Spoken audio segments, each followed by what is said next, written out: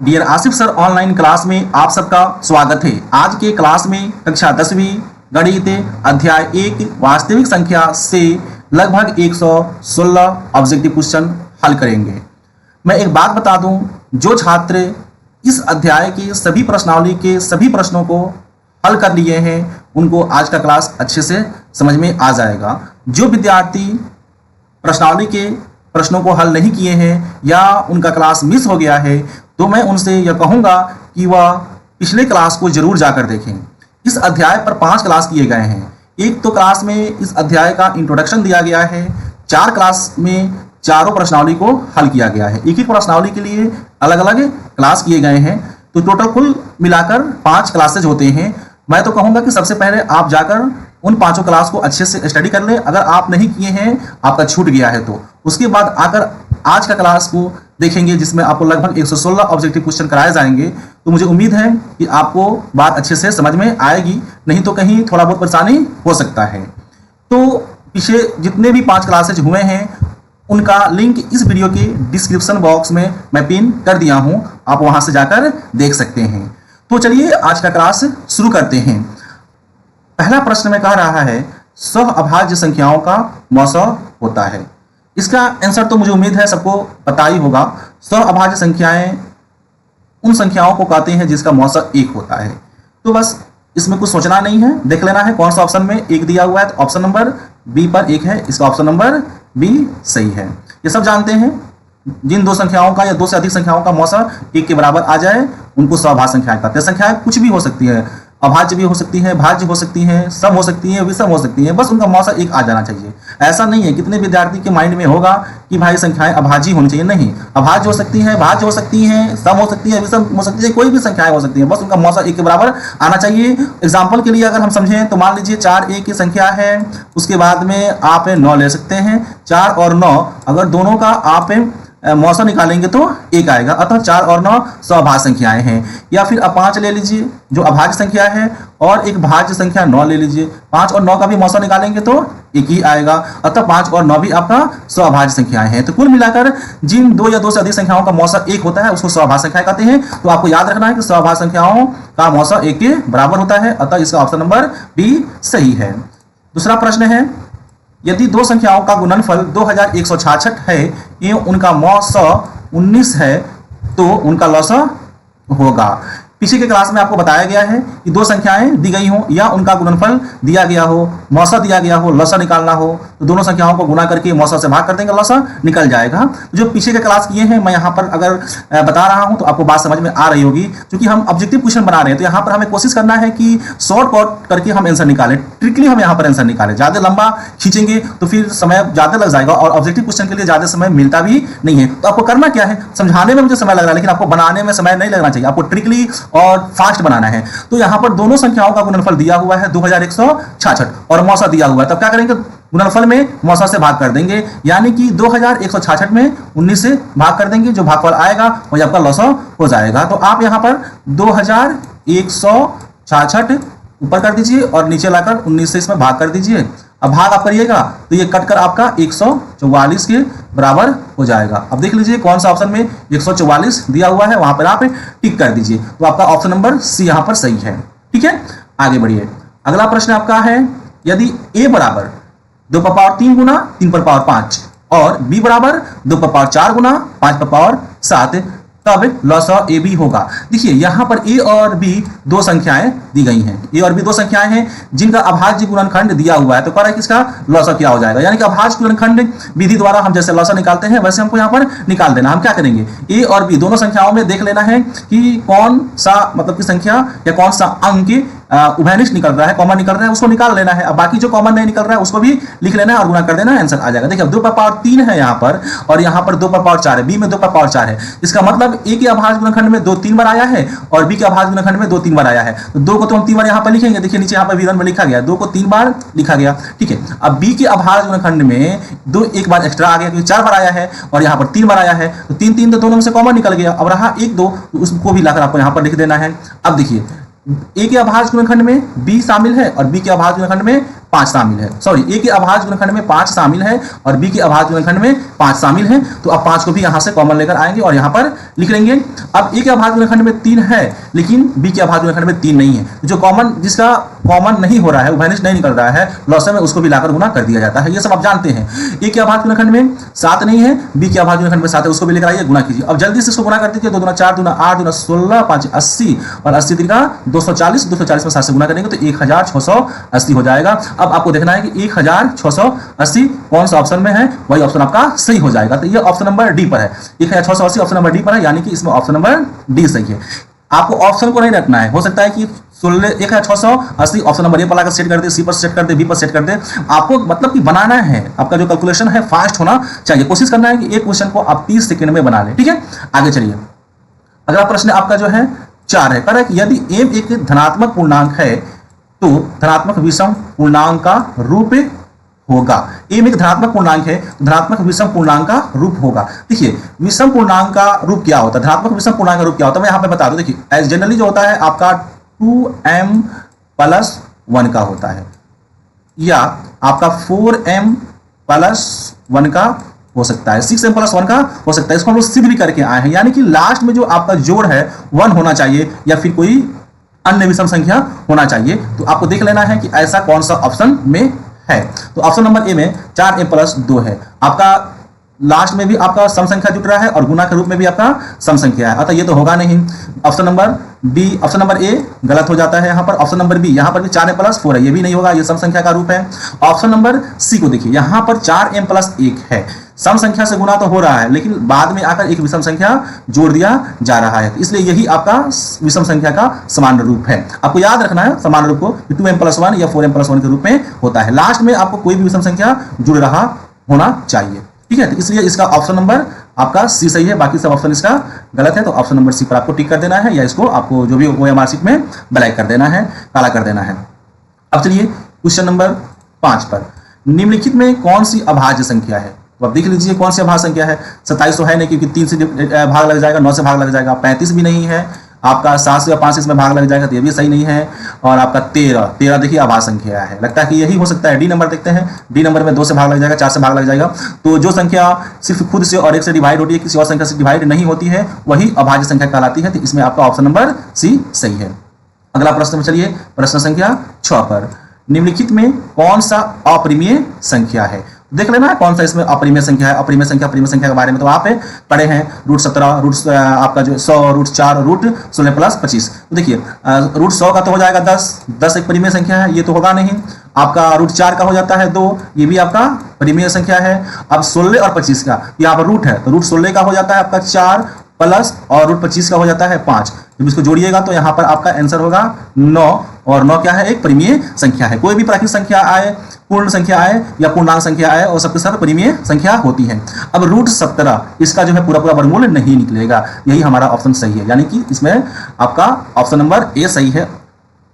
आगे बढ़िए, अगला प्रश्न है, 144 की अभाज्य गुणनखंड में 2 का घातांक है। अब 144 का अभाज्य गुणनखंड कीजिए, अभाज्य गुणनखंड करना आपका आना है। देखिए विवरण में यहाँ पर करके पहले से ही रख दिया गया है, आप ऐसा ही करेंगे। 144 के अभाज्य गुणनखंड आप कर देंगे तो होगा 2 गुना 2 गुना 2 गुना 3 गुना 3। अब प्रश्न हमारा है कि 144 के अभाज्य गुणनखंड में 2 का घातांक कितना है, यानी कि 2 का पावर कितना आ रहा है। देख लीजिए 2 कितना बार गुना किया गया, 2 एक बार, 2 3 और 4 बार गुना किया गया, यानी कि आपका 2 का पावर 4 हो जाएगा। तो 2 का घातांक आपका 4 है। देख लेना आपका कौन सा ऑप्शन है। ऑप्शन नंबर ए तो है नहीं, ऑप्शन नंबर बी है नहीं, ऑप्शन नंबर सी है। इसमें दिया हुआ 4 ये आपका सही है, तो ऑप्शन नंबर सी को आपको कलर कर देना है।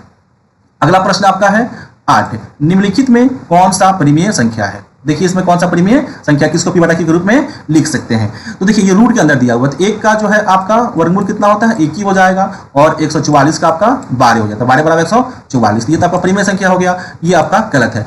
50 का देखिए, सबसे पहले इसका सरलतम रूप कीजिए, 0 से 0 का हो जाएगा, कट जाएगा। उसके बाद में 5 से काटिएगा तो 5 एकम 5, और उसके बाद में 15 के 50 हो जाएगा, यानी कि ये रूट में ही रहेगा। रूट आपका रूट अंडर 1/10 हो जाएगा। अब 10 का पूरा वर्गमूल आप नहीं निकाल सकते हैं। आगे भी चेक कर लेते हैं, आपका इसमें परिमेय संख्या बताना है ना, तो ये आपके कर लिए 0 0, और ठीक है। अब आगे करके देखते हैं कि इसमें कौन सा आपका परिमेय संख्या है। आपका ये 32 का जो है निकलेगा नहीं पूरा पूरा वर्गमूल, और यहाँ पर 5 परिमेय है लेकिन इसके साथ में √5 एक अपरिमेय का लगा हुआ है, तो ये भी आपका अपरिमेय हो जाएगा। तो डी भी अपरिमेय है, सी भी अपरिमेय है और बी भी अपरिमेय है, यानी कि आपका ऑप्शन नंबर ए सही है, क्योंकि यहाँ पर 1/12 आया है, तो इसमें आपका ऑप्शन नंबर ए टिक कर देना है। आगे बढ़िए, क्वेश्चन नंबर 9, निम्नलिखित में कौन सा अभाज्य संख्या है। अब इसमें कौन सा अभाज्य संख्या है, आप देख लीजिए। 91 91 ये आपका 13 से कट जाएगा, ये अभाज्य संख्या है नहीं। उसके बाद में 213, देखिए तो 2 1 3 3 6 अंकों को जोड़ने पर 6 आ रहा था, ये 3 से तो कट जाएगा, जब ये 3 से कट गया तो ये अभाज्य संख्या है नहीं। 41 ये किसी से नहीं कटता है, तो 41 यहाँ पर अभाज्य संख्या है। 501 भी कट जाएगा क्योंकि जोड़ेंगे तो 5 0 0 और 5 1 6, योगफल इसका 6 आ रहा है, अतः ये 3 से विभाज्य है। ऑप्शन नंबर सी इसका सही है, 41 यहाँ पर अभाज्य संख्या है। प्रश्न संख्या 10, निम्नलिखित में किसका दशमलव प्रसार अशांत है। तो अशांत होने के लिए क्या होता है, नीचे हर के अभाज्य खंड में 2 और 5 के अलावा कोई भी अंक आ जाए तो अशांत हो जाता है। सिर्फ 2 आए, सिर्फ 5 आए, 2 और 5 आए तो शांत होता है। ऐसे आप पढ़े हैं, बस आपको यहाँ पर टेस्ट कर लेना है। अब 50 का जब आप अभाज्य खंडन कीजिएगा तो क्या आएगा, सिर्फ आएगा आपका 2 गुना 2 5, 2 गुना 5 गुना 5, इसमें सिर्फ 2 और 5 आता है, अतः इसका दशमलव निरूपण शांत होगा। हमें क्या करना है, अशांत को देखना है। अब देखिए 39/243, 243 का जब आप अभाज्य गुणनखंड कीजिएगा तो 4 3 7 और 2 ये भी 3 से कट जाने वाला है, तो 3 इसकी गुणनखंड में आने वाला है, शायद यही हो जाएगा आपका ऑप्शन नंबर बी, क्योंकि 3 आ गया। 2 और 5 आएगा या नहीं आएगा, लेकिन 3 तो आ गया, इसका मतलब इसमें 3 आ रहा है, तो हर में अगर 2 और 5 के अलावा कोई अन्य संख्या आ रही है तो उसका दशमलव निरूपण अशांत होगा, तो आपका ऑप्शन नंबर बी हो जाएगा। अगर आगे चाहे तो चेक कर सकते हैं, 1600 के अभाज्य गुणनखंड में केवल 2 और 5 आएगा, 625 में सिर्फ 5 ही आएगा, अतः डी भी गलत है, सी भी गलत है और आपका ए भी गलत है। तो सही ऑप्शन यहाँ पर कौन सा है, बी है। तो आप बी को आप टिक कर लीजिएगा या जो OMR को इसको कलर कर लीजिएगा। क्वेश्चन नंबर आपका 11 है, एक अशून्य परिमेय और अपरिमेय संख्याओं का गुणनफल होगा। यहाँ पर अशून्य लगा दिया है, यानी कि ऐसी संख्या जिसका मान 0 के बराबर न हो, तो परिमेय संख्या जो 0 के बराबर न हो और अपरिमेय संख्या में जो 0 के बराबर न 0 न हो। तो आप जानते हैं कि किसी भी परिमेय संख्या को अपरिमेय संख्या में जोड़ा जाए, गुना किया जाए, भाग किया जाए, घटाया जाए तो अपरिमेय संख्या ही आती है, हमेशा अपरिमेय संख्या होगी, अतः यहाँ पर आपका ऑप्शन नंबर बी सही होगा। हमेशा परिमेय, ये भी गलत है, परिमेय तो होगा ही नहीं होगा, ये भी गलत है, परिमेय या अपरिमेय ये भी क्या है, गलत है। तो कौन सा आपका इसमें सही है, ऑप्शन नंबर बी सही है, हमेशा अपरिमेय आएगा। ऑप्शन नंबर बी को आपको टिक कर देना है। आगे चलिए, प्रश्न संख्या 12, 45 तथा 60 का मौसा क्या होगा। तो आपको देख लेना है कि इसमें क्या होगा। तो मौसा निकालने के लिए आप अभाज्य गुणनखंड का प्रयोग कीजिए, लेकिन यहाँ पे आपको फास्ट काम करना है। देखिए क्या करना है, आपको कॉमन निकालना होता है। तो आप देख लीजिए कि 45 कौन सी अभाज्य संख्या से कट रही है और आपका 60 कौन सी अभाज्य संख्या से कट रही है। तो 45 में और 60 को काटेंगे तो ये 5 से कट जाएगी, 5 9 45 और फिर ये काटेंगे तो 12 5 60। ठीक है, आपको यहाँ पर महत्तम देखना है, यानी कि मौसा का मतलब होता है महत्तम संख्या, यानी कि सबसे जो है बड़ी सी बड़ी संख्या देखना है जो दोनों को काट दे। तो 5 के आगे चलेंगे तो एक संख्या आपको मिलेगी 15, 15 आपको 45 को भी काट सकती है और 60 को भी पूरा पूरा काट सकती है। 15 के आगे कोई ऐसी संख्या है ही नहीं है जो 15 और 60 दोनों को पूरा पूरा काट सके, अतः 15 और 60 का मौसा क्या हो जाएगा, आपका 15 हो जाएगा। ऑप्शन नंबर डी कर देंगे। अब यहाँ पर बैठ के हम कैलकुलेशन करेंगे तो समय बहुत ज्यादा लग जाएगा। यहाँ पर ट्रिकली आपको समझ के याद रखना है कि अगर ऐसे छोटी छोटी संख्याओं का अगर हमें मौसा निकालने के लिए गए तो हम तुरंत सोचेंगे कि कौन सी बड़ी संख्या है जो इन दोनों को काट सकती है। तो यहाँ पर 45 और 60 है, तो 45 और 60 को 15 काट सकती है, 15 पर टिक कर देना। ऐसे छोटी छोटी संख्या को लिए ऐसे आपको ट्रिक लगाना ही पड़ेगा। आगे चलिए, क्वेश्चन नंबर 13, पाई/3 है। पाई/3 क्या है, आप सब जानते हैं कि पाई क्या है, एक अपरिमेय संख्या है। पाई क्या है, अपरिमेय संख्या है। अब अपरिमेय संख्या में परिमेय से भाग कीजिए, जोड़िए, घटाइए, गुना कीजिए, आंसर आपका अपरिमेय ही आएगा, अतः आपका ऑप्शन नंबर बी सही हो जाएगा, अपरिमेय संख्या है। अब चलिए प्रश्न संख्या 14 पर, यदि fx बराबर x⁻3 minus 5x² plus 2x plus 2 है तो f1 का मान होगा। ये भी क्वेश्चन आपका बिल्कुल आसान है, यानी कि यहाँ पर f1 का मतलब हुआ कि जो x की जगह पर आपको f रख देना। यहाँ पर देखिए fx दिया हुआ है, अब x को हटाकर पा रहा है कि f1 का मान बताइए, अतः जहां जहां x है वहां वहां आपको 1 रख देना है और कैलकुलेशन दे देना है। तो आपको x की जगह पर आप जब 1 रखेंगे तो 1 का क्यूब कितना हो जाता है, 1 ही हो जाता है। उसके बाद में माइनस है, माइनस का चिन्ह दे दीजिए, फिर आपका 5 और x की जगह पर 1 रखिएगा, 1 का स्क्वायर 1 और 1 में 5 से गुना कीजिएगा तो 5 हो जाएगा। अब उसके बाद में प्लस का साइन दे दीजिए, फिर यहाँ पर आगे बढ़िएगा, 2x है तो x की जगह पर 1 रखना है, 2 में x से गुना करेंगे तो 2 हो जाएगा और उसके बाद में प्लस आपको यहाँ पर 2 हो जाएगा। अब जितने भी धनात्मक संख्या है सबको एक साथ में मिला दीजिए, 1 और 2 3 और 2 कितना हो जाएगा, 5 हो जाएगा। बराबर देगा, इसको आपको जल्दी से करना है 5 और उसके बाद में बचा आपको यहाँ पर -5, तो +5 और -5 क्या हो जाएगा, कट कट 0 के बराबर हो जाएगा, अतः इसका आंसर क्या होगा, 0 होगा। तो ऑप्शन नंबर ए में 0 दिया हुआ, ऑप्शन नंबर ए हमारा सही है। अब आगे बढ़िए, क्वेश्चन नंबर 15 में कहा हुआ है 0.7 पर बार बराबर है कितना के बराबर है। अब देखिए ये बार वाला अगर क्वेश्चन आया तो आप कैसे करेंगे, बहुत आसान है। करना कि आपको देखिए ऊपर जितनी भी संख्याएं हैं, जो भी संख्याएं हैं उसको लिख देना है। 0.7 दिया हुआ है तो आप वहां पर लिख देंगे 0 और 7, दशमलव को आपको इग्नोर करना है और नीचे आपको आना है। जितने अंक पर बार दिया हुआ है उतना आपको यहाँ पर क्या करना है, 9 बैठा देना है। और जितना अंक पर बार नहीं दिया रहता, दशमलव के दाहिने तरफ देखना है, दशमलव के दाहिने तरफ एक अंक है, अब एक अंक पर आपका एक ही बार दिया हुआ है, उसके बदला में 9 बैठा देना है। अब कोई ऐसा संख्या है ही नहीं है जिस पर बार आपको मतलब कि न दिया हो, इसलिए आपको नीचे 9 लगा देना है। अब ये हो जाएगा 7/9, यानी कि 7/9 का जो था दशमलव रूप 0.7 पर बार था, तो ऑप्शन नंबर आपका ये ए सही हो जाएगा। ठीक है, आगे चलिए। आपका क्वेश्चन जो है 16 में कह रहा है 8 पर पावर 0 और 2 पर पावर 0 कितना के बराबर हो जाएगा। ये भी बहुत आसान है, हम सब जानते हैं कि 0 को छोड़ाकर किसी भी संख्या पर अगर पावर 0 है तो उसका मान 1 होता है। तो 0 पर पावर 0 का मान क्या होता है, आपका 0 ही होता है, इसको आप 1 नहीं लिख सकते हैं। बाकी जो भी संख्याएं हैं 1 2 3 4 5 6 10 -1 -2 कोई भी संख्या हो, 0 को छोड़ाकर धनात्मक और ऋणात्मक कोई भी संख्या हो, अगर उसको पावर 0 है तो उसका मान 1 होता है। तो देखिए 8 पर पावर 0 क्या हो जाएगा, 1 के बराबर हो जाएगा, फिर गुना 2 पर पावर 0 1 के बराबर हो जाएगा, 1 में से गुना करेंगे तो 1 आएगा, अतः आपका ऑप्शन नंबर बी यहाँ पर सही हो जाता है। प्रश्न संख्या 17, यदि ए और बी अभाज्य संख्याएं हैं तो ए और बी का लसाअ क्या होगा। ये भी बहुत आसान क्वेश्चन है, याद रखिए किन्हीं भी अभाज्य संख्याओं का, किसी भी अभाज्य संख्याओं का लसाअ निकालना हो तो उसमें तो कुछ कॉमन निकलेगा नहीं, एक के अलावा कुछ कॉमन निकलेगा नहीं, तो उन सबको गुना कर दीजिएगा, लसाअ आ जाएगा। तो ए और बी दो संख्याएं हैं, तो इनका लसाअ क्या होगा, ए और बी के गुणनफल के बराबर होगा, अतः ए गुना बी, ऑप्शन नंबर सी सही हो जाएगा। ए होगा नहीं, ये आपका बी होगा नहीं, डी में ए बटा आपका ए गुना बी दिया हुआ, ये होगा नहीं, तो ऑप्शन नंबर क्या होगा, सी आपका सही है। क्योंकि कहीं पर भी आपको 1 2 3 4 5 6 कितना ही भी अभाज्य संख्याएं हो, उनका लसाअ अगर निकालना हो तो उन सबको गुना कर दीजिए, कुछ कॉमन निकलेगा नहीं, तो कॉमन निकालने का झंझट है ही नहीं है वहां पर। आगे बढ़िए, प्रश्न संख्या 18 में है निम्नलिखित में कौन अभाज्य संख्या है। अब देख लीजिए इसमें कौन सी अभाज्य संख्या है, 15 3 से कट जाएगी, अभाज्य संख्या नहीं है। 12 आपको 3 से और 4 से दोनों से कट जाएगी, 6 से भी कट जाएगी, अभाज्य संख्या है नहीं है। 75 आपका जो है 5 से कट जाएगा, 25 से कट जाएगी, ये भी अभाज्य संख्या नहीं है। तो अभाज्य संख्या कौन है, 23 है। ऑप्शन नंबर बी यहाँ पर सही है, ऑप्शन नंबर बी को आपको टिक कर लेना है। अब बढ़िए प्रश्न संख्या 19 पर, निम्नलिखित में से कौन परिमेय संख्या है। अब यहाँ पर कौन पीवार के रूप में लिखा जा सकता है, वही आपका परिमेय संख्या है। 2 माइनस √3 ये नहीं है, अपरिमेय संख्या है। √5 भी क्या है, आपका अपरिमेय संख्या है, इसको हम लोग प्रश्न में सिद्ध भी किए हुए हैं। और √6 भी क्या है, अपरिमेय संख्या है। बचा आपका ऑप्शन नंबर सी, जिसमें 2 √3/3 है। देखिए ऊपर भी √3 है और नीचे भी √3 है। √3 से √3 कटने के बाद में बचेगा आपका 2, और 2 क्या है, एक परिमेय संख्या है, अतः ऑप्शन नंबर सी यहाँ पर सही हो जाता है। प्रश्न संख्या 20, यदि 65 तथा 117 का मौसम 65m-117 के रूप में है तो m का मान क्या है।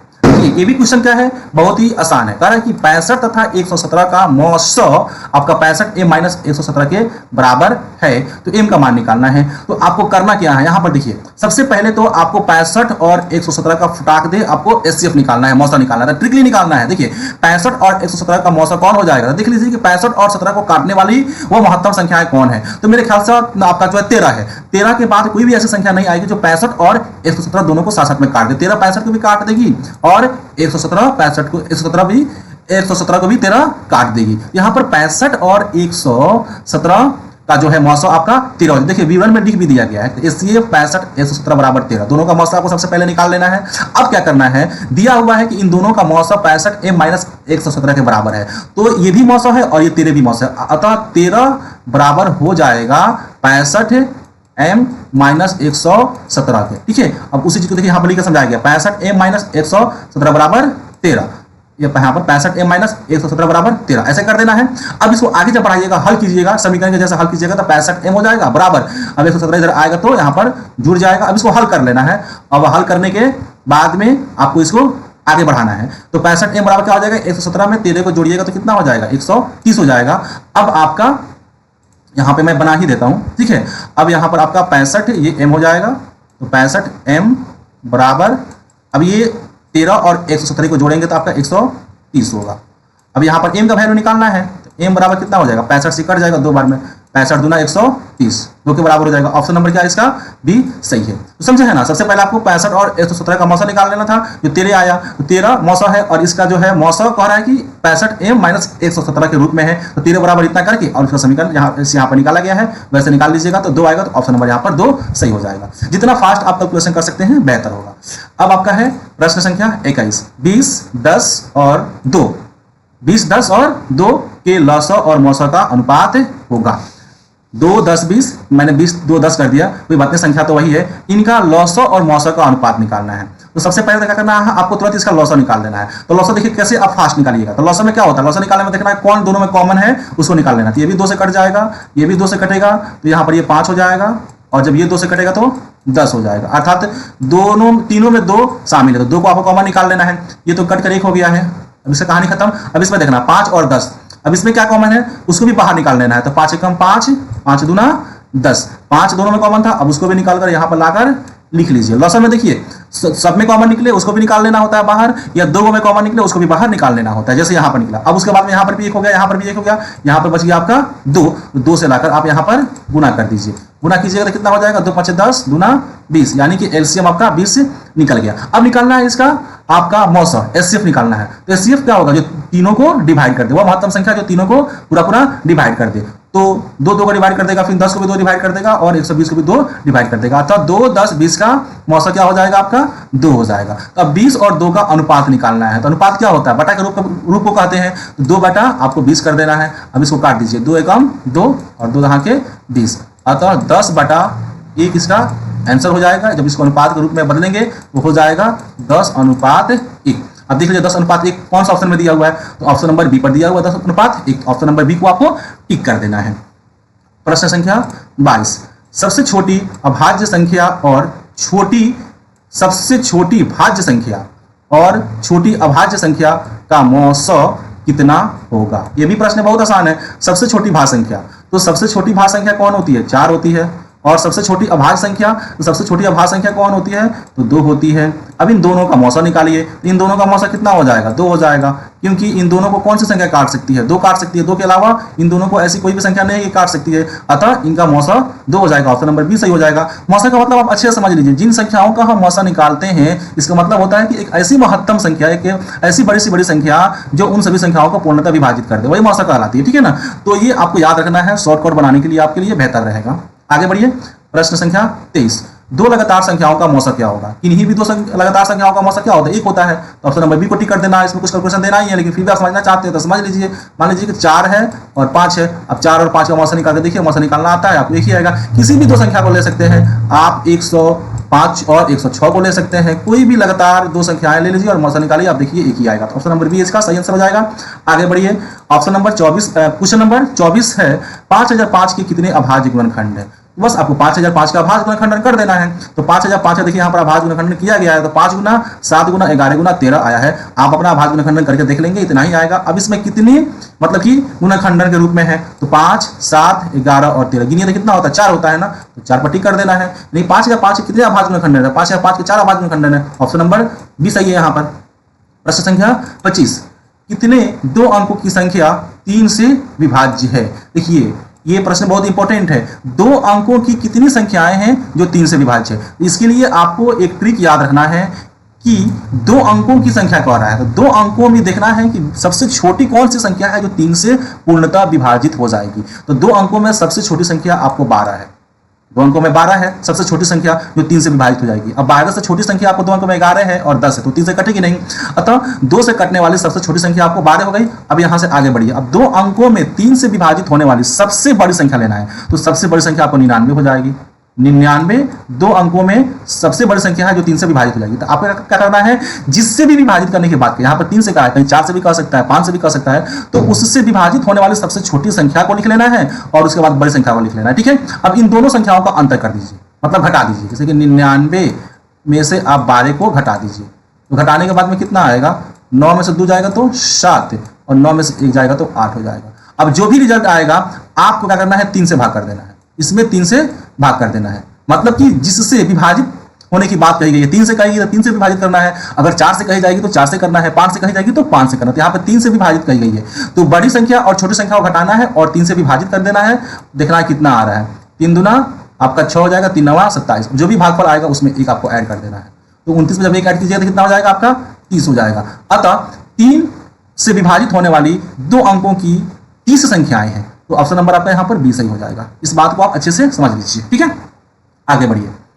26, 2 संख्याओं का गुणनफल 8670 है और उनका मौसा 17 है, तो लसा क्या होगा। ऊपर आप बनाकर आए हैं इस तरह क्वेश्चन, गुणनफल दिया हुआ है 2 संख्याओं का और मौसा दिया हुआ है, लसा निकालना है। तो गुणनफल में क्या कीजिए आप मौसा से भाग कर दीजिए, लसा निकल जाएगा। अतः आपको 8670 में क्या करना है, 17 से भाग कर देना है। भाग करके देखिए कितना आएगा, तो भाग कीजिएगा तो कितना हो जाएगा ये आपका, यहाँ पर 6 है तो 17 से कट जाएगा, 17 पचे 85, एक आया, एक पर 7 आया 17, 17 कम 17, 0 उतार दीजिए। अब काट लीजिएगा तो 510 हो जाएगा। ऑप्शन नंबर डी इसका सही हो जाएगा। पुनः भाग करना, भाग करने सब चीज़ आता है, तो मैं यहाँ पे जल्दी जल्दी कर दे रहा हूँ ताकि हमारा समय बचे।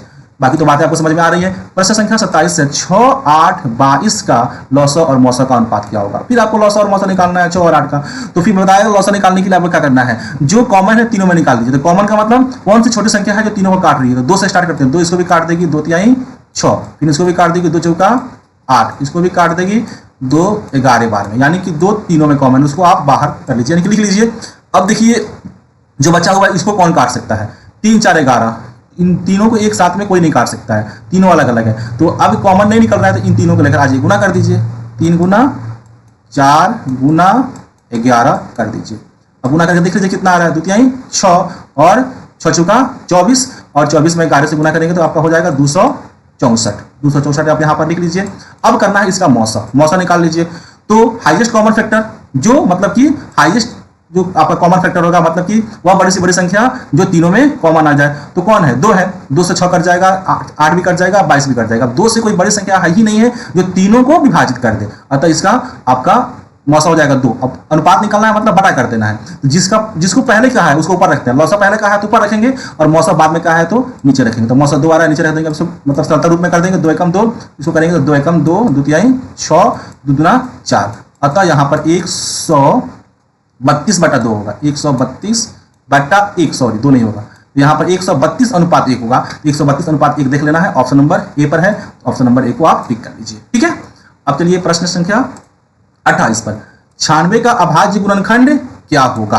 अब 96 का अभाज्य गुणनखंड कर लीजिएगा, जो होगा उसको लिख दीजिएगा। तो 96 जब अभाज्य गुणनखंड आप करेंगे तो ये होगा 2 गुना 2 गुना 2 गुना 3 होगा। अब इसको आपको पावर के रूप में लिख देना है। 2 कितना बार आया है, 5 बार आया है, तो 2 पर पावर 5, देखिए किधर है, 2 पर पावर 5, इधर ऑप्शन नंबर सी में है। उसके बाद में 3 एक बार आया है, तो 3 एक बार लिखा हुआ है, बाकी ऑप्शन सब गलत है, तो ऑप्शन नंबर सी को आपको टिक कर देना है। अब चलिए 29 नंबर प्रश्न पर, 3 पर बार का परिमेय रूप लघुत्तम रूप है, परिमेय रूप में लघुत्तम रूप है, ठीक है। यानी कि 0 पर पावर 3 का आपका परिमेय में बनाना है, इसका परिमेय रूप क्या होगा। तो जैसे मैंने बताया कि जो भी संख्या है आपको उसको लिख लेना है, दशमलव को इग्नोर कीजिए, तो यहाँ पर लिखिए 0.3। अब 0.3 लिखना है, बटा में क्या करना है, जितना पर बार है उतना 9 नीचे बैठा देना है, तो क्या हो जाएगा 3/9 हो जाएगा। इसको काटिएगा तो 3 एकम 3 और 3 तिहाई के 9 हो जाएगा, यानी कि 1/3 इसका परिमेय रूप हो जाएगा। 1/3 आपका ऑप्शन नंबर सी पर है, ऑप्शन नंबर सी को टिक कर दीजिए। अब आपका प्रश्न संख्या 30 है कि 7 + 3√2 है। 7 + 3√2 क्या है, एक अपरिमेय संख्या है, क्योंकि 7 तो परिमेय संख्या है, 3 भी परिमेय संख्या है, लेकिन इसमें एक अपरिमेय संख्या से गुना हो रहा है। तो किसी भी परिमेय संख्या में अपरिमेय संख्या से गुना कीजिएगा तो हमेशा अपरिमेय संख्या ही आएगी। अतः ऑप्शन नंबर इसका बी आपका सही हो जाएगा। Option number A, option number C, option number D गलत है, ऑप्शन नंबर बी सही है, अपरिमेय संख्या। अब चलिए प्रश्न संख्या 31, निम्न में से कौन परिमेय संख्या है। अब आप देख लीजिए कौन इसमें परिमेय संख्या है, टिक कर लीजिए। √5 अपरिमेय संख्या है, 2√3 अपरिमेय संख्या है, क्योंकि इसमें √3 लगा हुआ है जो अपरिमेय संख्या है। उसके बाद में 4 - √5 ये भी अपरिमेय संख्या है, क्योंकि √5 इसमें लगा हुआ है। उसके बाद में √16, तो √16 का जब वर्गमूल निकालिएगा तो 4 आता है, और 4 क्या है, एक परिमेय संख्या है। तो ऑप्शन नंबर डी यहाँ पर सही हो जाएगा। अब चलिए प्रश्न संख्या 32, 0 और 50 के बीच विषम संख्याओं की संख्या है। अब देखिए 0 और 50 के बीच में कितनी विषम संख्याएं हैं ये आपको बताना है, और जल्दी से बताना है। देखिए कहीं पर भी आपको विषम संख्याओं की संख्या बताना हो और 0 से स्टार्ट हो या 1 से स्टार्ट हो तो देखना है कि खत्म कहां पर किया है। 50 पर खत्म किया है, सम संख्या है, तो इसमें आपको 2 से भाग कर देना, कुछ नहीं करना है, बस आपको 2 से भाग कर देना है। याद रखिए अगर लास्ट में सम संख्या है तो 2 से भाग कर दीजिए, तो कितना आएगा 25 आएगा। यानी कि 0 और 50 के बीच में 25 विषम संख्याएं हैं, तो बी पर टिक कर देना है। लेकिन इसी क्वेश्चन को अगर घुमा देता और घुमा के कहता कि 0 और 53 के बीच में, मान लीजिए कि 0 और 53 के बीच में विषम संख्याओं की संख्या निकालिए, मुझे समझाना है कि अगर लास्ट में विषम संख्या देकर छोड़ दे तब कैसे निकालेंगे। जैसे यहाँ पे 50 दिया हुआ था, सम संख्या था, तो सम संख्या होगा जैसे 50, 54, 56 दिया रहेगा, तो लास्ट में जो संख्या है उसमें 2 से भाग कर देना है, विषम संख्याओं की संख्या निकल जाएगा। लेकिन अगर विषम संख्या दिया हुआ है तो सबसे पहला काम यह करना है कि आपको इस विषम संख्या के आगे आने वाली सम संख्या को देखना है। तो 53 के आगे आने वाली सम संख्या कौन सी है, 54 है। अब उसमें आपको 2 से भाग लगा देना है, 54 में 2 से भाग लगाइएगा तो कितना हो जाएगा, 27 हो जाएगा। अतः 0 और 53 के बीच में कुल 27 विषम संख्याएं हैं। इस बात को आपको समझना है और याद रखना है कि अगर विषम संख्या के बारे में पूछ रहा है कि इतना और इतना के बीच में विषम संख्या कितना है, 0 और इतना के बीच में, तो आपको देख लेना है लास्ट में सम संख्या अगर दिया हुआ है तो कुछ नहीं करना है, उस सम संख्या में 2 से भाग कर देना है। लेकिन अगर विषम संख्या दिया हुआ है तो उसके आगे आने वाली सम संख्या में भाग करना है। ठीक है, आगे बढ़िए। प्रश्न संख्या 33 पर 5, 15 और 20 के लौसौ और मौसौ का अनुपात क्या होगा। ये तीसरा प्रश्न है ऐसा, 5, 15 और 20 का लौसौ निकालिए और फिर मौसौ निकालिए और अनुपात कर दीजिए। तो 5, 15 और 20 का जब लौसौ निकालिएगा तो करिए, निकालिए, कैसे निकालिएगा बताया हूँ, कॉमन निकालिए। तो 5 एकम 5, 3 5 15 और 5 का 20, यानी कि इन तीनों संख्याओं में 5 कॉमन है, इसको आपको लिख लेना है।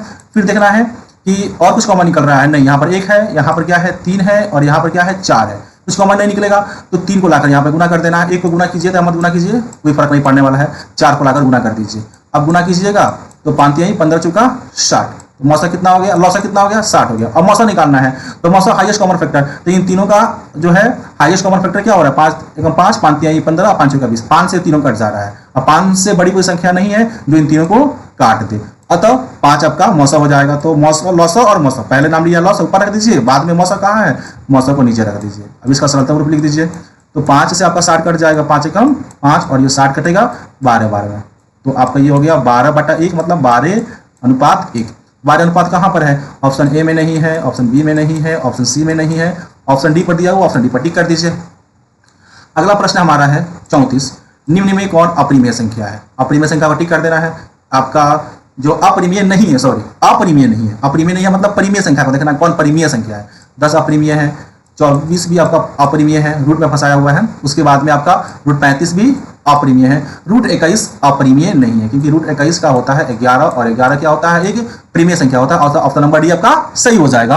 अब चलिए प्रश्न संख्या 35 पर, दो संख्याओं a और 18 का लौसौ 36 है तथा मौसौ 2 है, तो a का मान ज्ञात हो, मान है या मान ज्ञात कीजिए। ये तो और आसान है, दो संख्या है जिसमें से एक संख्या 8 है और दूसरी एक संख्या a है और दूसरी संख्या 18 है, और दोनों का यानी मौसौ अगर किया गया है तो 36 आया है और लौसौ 36 आया है और मौसौ आपका 2 आया है। तो a का मान निकालना है, तो हम जानते हैं कि दोनों संख्याओं का गुणनफल बराबर होता है लौसौ और मौसौ के। तो आप a को 18 से गुना कर दीजिए, दो संख्या है, एक संख्या है और 18 एक दूसरी संख्या है, तो पहली संख्या गुना दूसरी संख्या बराबर कितना हो जाएगा, मौसौ गुना लौसौ या लौसौ गुना मौसौ, यानी कि 36 गुना 2 कर दीजिए। अब यहाँ पर एक समीकरण बन गया, तो समीकरण जब बन गया तो a का मान निकालिए, तो a को आप यहीं पर छोड़ दीजिए, a बराबर कितना हो जाएगा 36 गुना 2 और ये 18 इधर आकर भाग कर देगा, तो 18 दूना 36, 2 हो गया।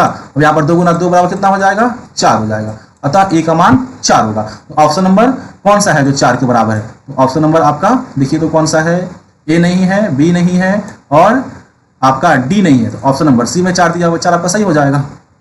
अब चलिए 36, प्रश्न 36 कह रहा है, यदि p तथा q दो अभाज्य संख्याएं हैं तो उनका मौसौ क्या होगा। किन्हीं भी दो अभाज्य संख्याओं का मौसौ 1 के बराबर होगा। कोई भी अभाज्य संख्या ले लीजिए, उसका मौसौ निकालिएगा तो 1 के बराबर ही होगा। आप ट्राई भी कर सकते हैं, कोई भी अभाज्य संख्या ले लीजिए, 3 ले लीजिए और 11 ले लीजिए, या 3 ले लीजिए, 13 ले लीजिए और 17 ले लीजिए, कोई भी अभाज्य संख्या आप लेकर मौसौ निकालिएगा तो उसका 1 आएगा। अब ए जिस ऑप्शन में होगा उसको टिक कर देना है, तो आपका डी में है सिर्फ 1 होगा, 1 या 2 नहीं होगा, सिर्फ 1 होगा, तो ऑप्शन नंबर डी को टिक कर देना है। आगे चलिए प्रश्न संख्या 37, सबसे छोटी अभाज्य संख्या, सबसे छोटी अभाज्य और सबसे छोटी भाज्य संख्याओं का गुणनफल है। सबसे छोटी अभाज्य संख्या कौन है, सबसे छोटी अभाज्य संख्या 2 होती है, और उसके बाद सबसे छोटी भाज्य संख्या कौन होती है 4 होती है। दोनों का गुणनफल 2 चौका 8 के बराबर हो जाएगा। ऑप्शन नंबर सी को टिक कर देना है। उसके बाद में अगला प्रश्न हमारा 38 है, निम्न में कौन सी अभाज्य संख्या है? देख लीजिए, इसमें से जो अभाज्य संख्या है उसको टिक कर दीजिए। 29 अभाज्य संख्या है, 29 किसी से भी नहीं कटेगा, ये हमारा ऑप्शन सही है। बाकी तीनों ऑप्शन को चेक कर लेते हैं। 25 5 से कट जाएगा तो ये अभाज्य संख्या नहीं है। 16 4 से कट जाएगा, अभाज्य संख्या नहीं है। 15 3 और 5 से कट जाएगा, ये भी अभाज्य संख्या नहीं है। तो इसमें 29 था, ऑप्शन नंबर ए सही था। अब देखिए, आपको प्रश्न संख्या 39 में दिया हुआ है कि 3.27 है, 3.27 पर बार है। 27 पर क्या है? बार है। तो ये कौन सी संख्या है? ये आपका परिमेय संख्या है। परिमेय संख्या का दशमलव निरूपण शांत होता है या अशांत आवर्ती होता है? तो यहाँ पर अशांत है लेकिन आवर्ती है। 27 बार बार रिपीट कर रहा है, बार का मतलब यही होता है। तो ये परिमेय संख्या है, तो यहाँ पर टिक कर देना है। मैं कहा ना कि पीछे का जो क्लास अच्छे से पढ़ के आए हैं उनको बातें यहाँ पर समझ में आएगी, ज़्यादा उनको समझाने की जरूरत नहीं है। और ये ऑब्जेक्टिव क्वेश्चन है, तो ऑब्जेक्टिव क्वेश्चन में बैकग्राउंड पीछे का जो भी आपका क्वेश्चन है हल रहेगा, तो धड़ाधड़ जो है आप इसको फाड़ दीजिएगा, पूरा मतलब कि क्वेश्चन को आप धड़ाधड़ सॉल्व कर दीजिएगा। आगे बढ़िए, क्वेश्चन नंबर आपका 40 है, किसी पूर्णांक m के लिए सम संख्या का रूप होता है। तो सम संख्या का रूप याद रखिए, सम संख्या का रूप होता है 2m + 2, आपको याद रखना है, या 4m + 2। लास्ट में आपका कोई ना कोई सम संख्या जुड़ा होना चाहिए, और जो गुणनफल के रूप में दिया हुआ है वो भी सम संख्या होना चाहिए। 4 और यहाँ पर m क्या होता है? कोई भी पूर्णांक हो सकता है, सम भी हो सकता है, विषम भी हो सकता है। तो मान लीजिए कोई भी आप m की जगह पर कोई एक विषम पूर्णांक ले लीजिए, 3 हो गया, और इसको पहले 4 से गुना कर दीजिए, 12 होगा, और 12 में आपको लागत फिर 2 जोड़ दे, कोई भी सम संख्या जोड़िएगा तो सम संख्या की प्राप्ति होगी। इसीलिए कहा जाता है कि सम संख्या का जो समान रूप होता है 2m + 2 होता है, यानी कि जो पूर्णांक है उसमें भी 2 से गुना किया जाए और फिर लास्ट में लाकर 2 से 2 जोड़ दिया जाए तो आपको सम संख्या की प्राप्ति होगी। देख लीजिए, m + 2 नहीं हो सकता है, इसलिए नहीं हो सकता है। मान लीजिए कि m आपका सम भी हो सकता है, विषम भी हो सकता है। अगर m की जगह पर आप कोई विषम संख्या ले लीजिएगा और उसमें 2 जोड़िएगा तो क्या वो सम संख्या देखा जाएगा? नहीं देखा जाएगा, विषम संख्या देखा जाएगा। तो ये भी ऑप्शन गलत हो जाएगा।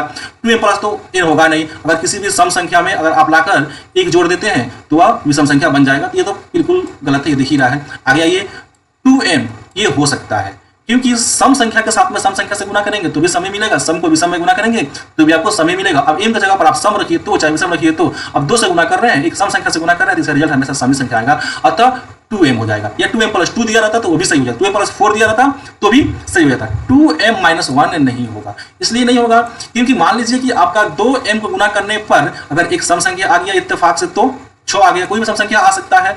अब उसमें से एक अब घटा दीजिएगा जो कि आपका विषम संख्या है, तो ये विषम संख्या ही देखा जाएगा। अब जरूरी तो है नहीं कि 2m का मान जो है आपका विषम ही आएगा।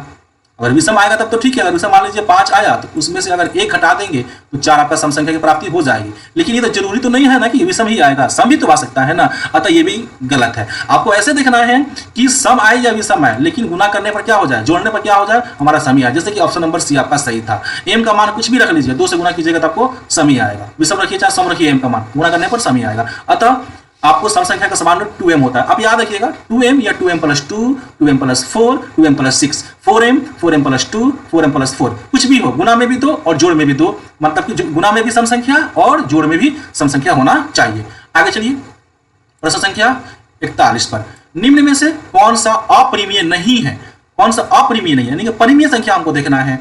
तो 64/81, 64 को सबसे पहले आप इसका वर्गमूल निकालिएगा तो कितना हो जाएगा? 8 हटाएंगे 64, 8 हो जाएगा, और 81 का आपका 9 हो जाएगा। तो 8/9 क्या है? एक परिमेय संख्या है। हमको करना था अपरिमेय नहीं है, यानी कि यह अपरिमेय नहीं है। ऑप्शन नंबर 1 पहला में ही पकड़ में आ गया। 2√3 अपरिमेय है, आंसर नहीं होगा। 21/35 इसको भी काटिएगा ना, 7 से 7 क्या आएगा, और 7 × 5 = 35, यानी कि √3/5 ये भी अपरिमेय है, ये भी हमारा नहीं होगा। और √3 - √2 ये भी आपका अपरिमेय है। हमको परिमेय ढूंढना था, ऑप्शन नंबर ए सही है। अब हमारा 42 प्रश्न, निम्नलिखित में किसका दशमलव प्रसार शांत है? दशमलव प्रसार शांत है, तो शांत होने के लिए हर के अभाज्य गुणनखंड में सिर्फ 2, सिर्फ 5 या 2 और 5 आना चाहिए। देख लीजिए ऐसा किसमें होता है। इस 3/8 में 8 का जब आप अभाज्य गुणनखंड कीजिएगा तो सिर्फ 2 × 2 आएगा। अतः इसका दशमलव निरूपण शांत हो जाएगा। प्रश्न क्या पूछा हुआ है? निम्न में किसका दशमलव प्रसार शांत है? तो ये हमारा मिल गया, ऑप्शन नंबर ए में मिल गया। बाकी सब भी चेक कर लेंगे। तो बी में 15 का करेंगे तो 3 × 5 आएगा, ये होगा नहीं क्योंकि 3 आ गया, ये भी कैंसिल नहीं होगा। सही जवाब हमारा 343 का तो आपका क्या होता है? 7 × 7 होता है, ये भी नहीं होगा। अब 1536 का जब निकालेंगे तो इसमें 2 × 2 × 2 × 2 × 2 × 2 × आपका 9 बार आएगा ऐसे करके, और उसके बाद में एक बार 3 आएगा। देखिए यहाँ पर विघटन में किया भी गया है, 1536 का, यहाँ पर मैं हाईलाइट कर रहा हूँ, 1536 का किया गया है। 2 1 2 3 4 5 6 7 8 9 बार 2 आया है और एक बार 3 आया है। एक बार 3 आकर यही खराब कर दिया इसको, क्योंकि 3 आ गया तो क्या हो जाएगा, अशांत हो जाएगा। अतः ऑप्शन नंबर आपका इसमें ए सही था। ठीक है, अब अगला प्रश्न है 43, 6/15 का दशमलव प्रसार है। तो चलिए देखिए, 6/15 का ये जो है सरलतम रूप में नहीं है। सबसे पहले इसका तो आप सरलतम रूप करिएगा, 6 कट जाएगा आपका 3 से, 3 दूना 6 और ये 15 को काटिएगा तो 3 बचे 15। इस तरह आपका यहाँ पर मिल गया 2/5। तो 6/15 जो है इसका सरलतम रूप 2/5 है। अब 2/5 का दशमलव निरूपण क्या होगा, शांत होगा, क्योंकि इसका हर में सिर्फ 5 आ रहा है। तो जिस परिमेय संख्या का के हर में सिर्फ 5 आए, 2 आए या 2 और 5 दोनों साथ में आए, उसका दशमलव निरूपण शांत होता है। इसलिए आपका यहाँ पर दशमलव निरूपण शांत हो जाएगा। याद रखिएगा, जब भी कोई परिमेय संख्या मिले उसका सरलतम रूप करके ही आप बनाइएगा। अब चलिए क्वेश्चन नंबर 44। क्वेश्चन नंबर 44 में कह रहा है 4 - √3 है। 4 - √3 क्या है, परिमेय है कि अपरिमेय है? तो अपरिमेय है, क्योंकि √3 अपरिमेय संख्या है। तो अतः हमारा यहाँ पर ऑप्शन नंबर बी सही हो जाएगा। आगे बढ़िए, क्वेश्चन नंबर 45, निम्नलिखित में कौन अपरिमेय है? इसमें भी देख लेना कौन अपरिमेय है। तो 36/64 नहीं होगा, 36 का जो हो जाएगा आपका 6 हो जाएगा और 64 का 8 हो जाएगा। 6/8 एक परिमेय संख्या, हमें ढूंढना है अपरिमेय संख्या। 1/81, 1 का वर्गमूल निकालिएगा तो 1 हो जाएगा और 81 का वर्गमूल आपका 9 हो जाएगा। 1/9 भी क्या आपका परिमेय संख्या है। अपरिमेय संख्या चाहिए 3/9, यही आपका अपरिमेय संख्या है। ये 3 का वर्गमूल निकलेगा नहीं पूरा, 5 का वर्गमूल नहीं निकलेगा, अतः 3/5 √3/5 यही हमारा अपरिमेय संख्या। ऑप्शन नंबर सी कर लेना है। डी को भी आप चाहेंगे तो जल्दी से चेक कर लीजिए। -9 का क्या हो जाएगा आपका 3 हो जाएगा और आपका ये 49 का क्या हो जाएगा 7 हो जाएगा। ठीक है, यानी कि इसमें जो है अपरिमेय संख्या आपका जो हो जाएगा 3/5 हो जाएगा। आगे बढ़िए, 64, निम्नलिखित में कौन सी अभाज्य संख्या है? इसमें कौन अभाज्य संख्या है? 6 भाज्य है, 9 भी क्या है भाज्य है, 15 भी भाज्य है, 11 भाज्य है। 11 किसी से कटेगा ही नहीं, कटेगा खुद के अलावा। चलिए आगे बढ़िए, 47, दो परिमेय संख्याओं के बीच कितने परिमेय संख्याएं हो सकती है? दो परिमेय संख्याओं के बीच में अनंत अपरिमेय संख्याएं हो सकती है। ऑप्शन नंबर डी सही है। इसमें भी कुछ कैलकुलेशन नहीं करना, बस याद रखिए कि दो कोई भी परिमेय संख्या हो उनके बीच में अनंत अपरिमेय संख्याएं हम लोग निकालते हैं। आप लोग निकाले भी हैं क्लास 9th में। ठीक है, 48, 11/15 का दशमलव प्रसार क्या होगा? 11/15 का दशमलव प्रसार अशांत होगा। अशांत आवर्ती होगा। अशांत आवर्ती इसलिए होगी 15 का जब आप अभाज्य गुणनखंडन करेंगे तो क्या आएगा 3 आएगा और गुना में 5 आएगा। 3 गुना 5 आएगा, 5 के अलावा 3 आ गया तो दशमलव निरूपण अशांत होगा और आवर्ती होगा। तो खैर इसमें सिर्फ अशांत दिया है तो अशांत पर टिक कर देना है, आवर्ती नहीं दिया जैसे ऑप्शन दिया रहेगा उस पर टिक कर देना। अशांत आवर्ती होगा, अशांत दिया होगा, ऑप्शन नंबर बी सही हो जाएगा। अब 49 पर चलिए, प्रश्न संख्या 49 में कह रहा है कि निम्नलिखित में कौन अपरिमेय संख्या है? तो अपरिमेय संख्या फिर आपको इसमें ढूंढना है। 36/64 ये परिमेय हो जाएगा, ये हमारा सही जवाब नहीं है। 81 भी आपका परिमेय हो जाएगा क्योंकि 81 का क्या होता है 9 होता है वर्गमूल, ये भी आपका परिमेय हो जाएगा। अब देखिए आपका 2.5 यही आपका अपरिमेय संख्या होगा। 49/9 नहीं होगी, 49 का वर्गमूल निकालिएगा तो 7 हो जाएगा और 9 का वर्गमूल निकालिएगा तो 3 हो जाएगा। 7/3 क्या है परिमेय संख्या है। 2.5 रूट अंडर 2.5 यही आपका अपरिमेय संख्या है। तो आपका ऑप्शन नंबर सी सही हो जाएगा। √2 है, सबको पता है √2 क्या अपरिमेय संख्या है, इसमें ज्यादा सोचना नहीं है। अपरिमेय संख्या पर टिक कर दीजिए। 51 पर चलिए, 2 या 2 से अधिक अभाज्य संख्याओं का मौसा क्या होगा? फिर से दोबारा रिपीट किया, 2 या 2 से अधिक अभाज्य संख्याओं का मौसा 1 होता है तो 1 पर टिक कर देना है। कोई भी अभाज्य संख्या ले लीजिए, कोई भी 2 या 2 से अधिक 3 4 भी अभाज्य संख्या ले सकते हैं, कितना ही भी अभाज्य संख्या ले लीजिए सबका मौसा 1 के बराबर ही आएगा, सब एक ही मौसा देखा जाएंगे। 52 चलिए, 52, निम्नलिखित में कौन परिमेय संख्या है? इसमें देख लेना कौन परिमेय संख्या है। √3 है नहीं, हाँ 2 √2/2 √2 से √2 कट जाएगा और हमारा बच जाएगा यहाँ पर सिर्फ 2, यही हमारा परिमेय संख्या। ऑप्शन नंबर बी पकड़ में आ गया। 4 आपका होगा नहीं, 4 प्लस √5 नहीं होगा, सॉरी 4 तो हो जाएगा लेकिन इसके साथ में +5 जो लग गया है वो आपको परिमेय इसको नहीं होने देगा, इसको अपरिमेय बना देगा। और √6 भी क्या है आपका अपरिमेय है, यानी कि ऑप्शन नंबर बी आपका सही है। अब चलिए प्रश्न संख्या 53 पर, 2 क्रमिक सम संख्याओं का एचसीएफ होगा।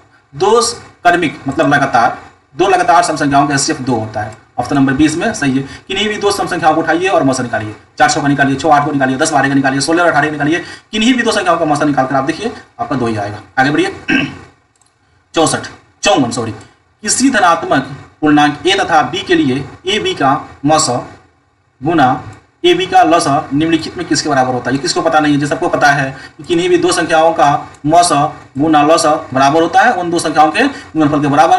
तो यहाँ पर ये 2 संख्या a और b है, अर्थात a गुना b के बराबर होगा, तो a गुना b आपका ऑप्शन नंबर सी में दिया हुआ, ऑप्शन नंबर सी हो जाएगा। बिल्कुल लड्डू क्वेश्चन है। ठीक है, चलिए अगला क्वेश्चन है 55, यूनिट विभाजन एल्गोरिदम 2 धनात्मक पूर्णांकों के निम्न में किससे परिकलित करने का तकनीक है? सबको पता है भाई, मौसा निकालने का तकनीक है। ऑप्शन नंबर बी यहाँ पर सही है। लौसा नहीं, भाग नहीं, शेषफल नहीं, मौसा निकालने का तकनीक है, इस पर टिक कर देना है, ठीक है। उसके बाद में 56 में कहा हुआ है कि पाई क्या है। भाई पाई क्या है? एक अपरिमेय संख्या है। सबको पता है, नहीं पता है तो याद रखिएगा, पाई एक अपरिमेय संख्या है। ऑप्शन नंबर बी सही है। प्रश्न संख्या 57 निम्नलिखित में कौन अपरिमेय संख्या नहीं है? अपरिमेय नहीं है मतलब कौन इसमें परिमेय संख्या है? परिमेय संख्या निकालना है आपको। 7 आपका अपरिमेय है, ये हमारा जवाब नहीं होगा। √7/3 ये भी हमारा अपरिमेय है, ये हमारा जवाब नहीं होगा। √7/3 दोबारा रिपीट कर दिया है, ये भी हमारा क्या है? अपरिमेय संख्या है। हो सकता है कि यहाँ पर 13 दिया हो, कुछ भी दिया हो, लेकिन यह अपरिमेय संख्या है। आपका ऑप्शन नंबर डी सही है। कहाँ सही है? देखिए, सबसे पहली बात तो आपका ये 75 है और यहाँ पर क्या है? 48 है। तो 75 का जब आप अभाज्य गुणनखंडन करेंगे तो आपका मिल जाएगा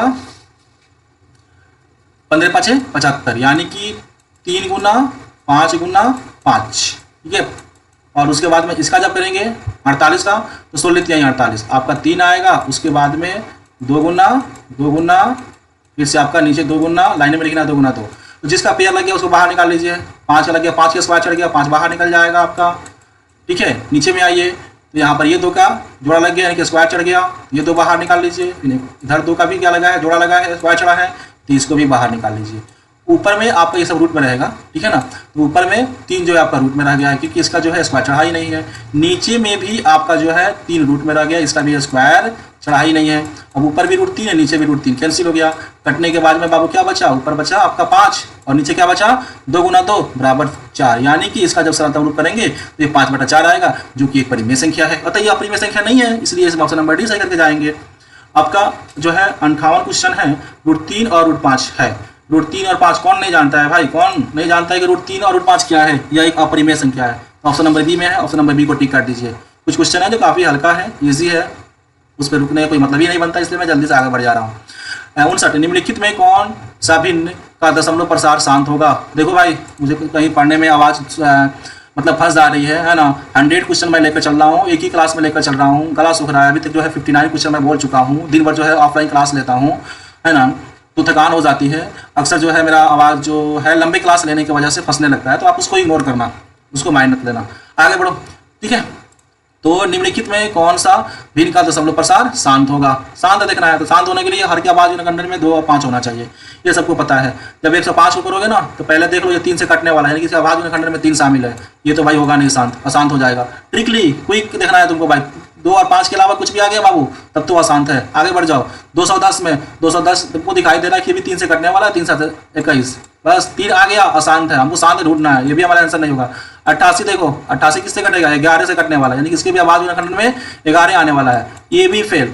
160 को करके देखो, 160 में तुमको 10 आएगा और 10 में क्या आएगा? 2 आएगा, यानी 2 और 5 आ गया यहाँ पर, मैंने टुकड़ा करोगे इसको तो, और बचा था 16। 16 का जब करोगे तो सिर्फ तुम्हारा 2 गुना 2 गुना 2 गुना 2 आएगा, यानी कि 160 का भाज्य गुणनखंडन करोगे तो सिर्फ 2 5 के अलावा कोई संख्या नहीं आएगा। देखो यहाँ पे कुछ बातें बताकर मैं जल्दी से आगे बढ़ जाता हूँ, उस बात को सुनो और कॉपी पेन पर तुम उसको अप्लाई करके देखो, बनाकर देखो कि हाँ हो रहा है कि नहीं हो रहा है, ठीक है ना। कि ऑब्जेक्टिव क्वेश्चन सॉल्व करा रहा हूँ तो मैं यहाँ पे ज़्यादा समय तुमको दे नहीं सकता हूँ, वो भी एक क्लास में तुमको 100 क्वेश्चन हमको कराकर देना है, तो ज़्यादा यहाँ पर तुमको हम एक्सप्लेन नहीं कर सकते हैं, क्योंकि एक्सप्लेन तो मैंने आपको पर्सनली हल कराया है तो उसमें कर दिया है, इंट्रोडक्शन दिया है उसमें कर दिया, सारी बातों को मैं बता दिया। इसलिए मेरा एक एक क्लास को आप देखिए, अगर आप चाहते हैं कि मेरा क्लास आपको अच्छे से समझ में आए तो मेरा कोई भी क्लास आपको मिस नहीं करना होगा। आप एक एक क्लास देखिए, मेरा हर क्लास आपको प्रॉपर समझ में आएगा और ऐसा समझ में आएगा कि आपके दिमाग में पत्थर के जैसा सेट हो जाएगा। आगे बढ़िए, तो ये आपका ऑप्शन नंबर कौन सा हो जाएगा बाबू? इसमें सही कौन सा हो जाएगा? Option number D. देखो यहाँ पर डी जो है छूट चुका है, ये डी नंबरिंग करना छूट गया है, तो इसका आपका ऑप्शन नंबर डी होगा, यानी कि 3/160 का दशमलव प्रसार शांत होगा। आगे बढ़ो बाबू, जो है 60 में दिया हुआ है 2.13 1 1 3 1 1 1 3 1 1 1 1 3 डॉट डॉट डॉट। इसमें क्या हो रहा है देख रहे हो ना, ये 1 की संख्या बढ़ती जा रही है, पहले 1 बार आया है, फिर 2 बार, फिर 3 बार, फिर 4 बार, फिर ऐसे डॉट डॉट का मतलब होता है कि अनंत तक जाएगा, ये रुकने वाला नहीं है। और जिस दशमलव के बाद अंकों की संख्या अनंत तक जाती है वही तो अशांत अनावर्ती कहलाती है, और अशांत अनावर्ती परिमेय संख्या नहीं बल्कि अपरिमेय संख्या का पहचान है, यह अपरिमेय संख्या है। ऑप्शन नंबर सी हमारा सही होगा।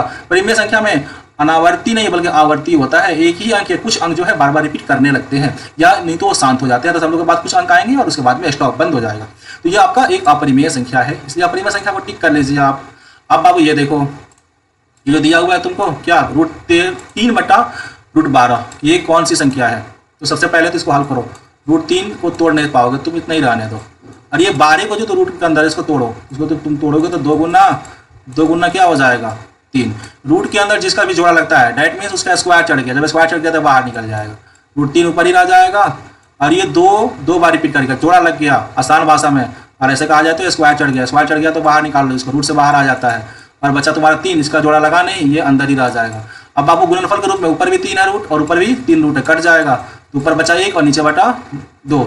1/2 क्या है आपका परिमेय संख्या आता है। ये जो रूट दिया हुआ था रूट 3/12 ये परिमेय संख्या है। ऐसा ना कि रूट देकर तो फंस मत जाना भाई, और परिमेय पर टिक करके मत आना, ये परिमेय संख्या है। ऑप्शन नंबर ए को टिक करना, ठीक है ना। इस तरह क्वेश्चन बहुत देता है बच्चों को जो है फंसाने के लिए, क्योंकि कुछ क्वेश्चन जो है मुश्किल करता है, अगर नहीं करेगा तो फिर परीक्षा किस बात का। आगे चलो 62, 3 माइनस रूट 3 है, तो 3 माइनस रूट 3 क्या है, अपरिमेय संख्या है, क्योंकि 3 तो परिमेय संख्या है, लेकिन रूट 3 बाबू आपका अपरिमेय संख्या है।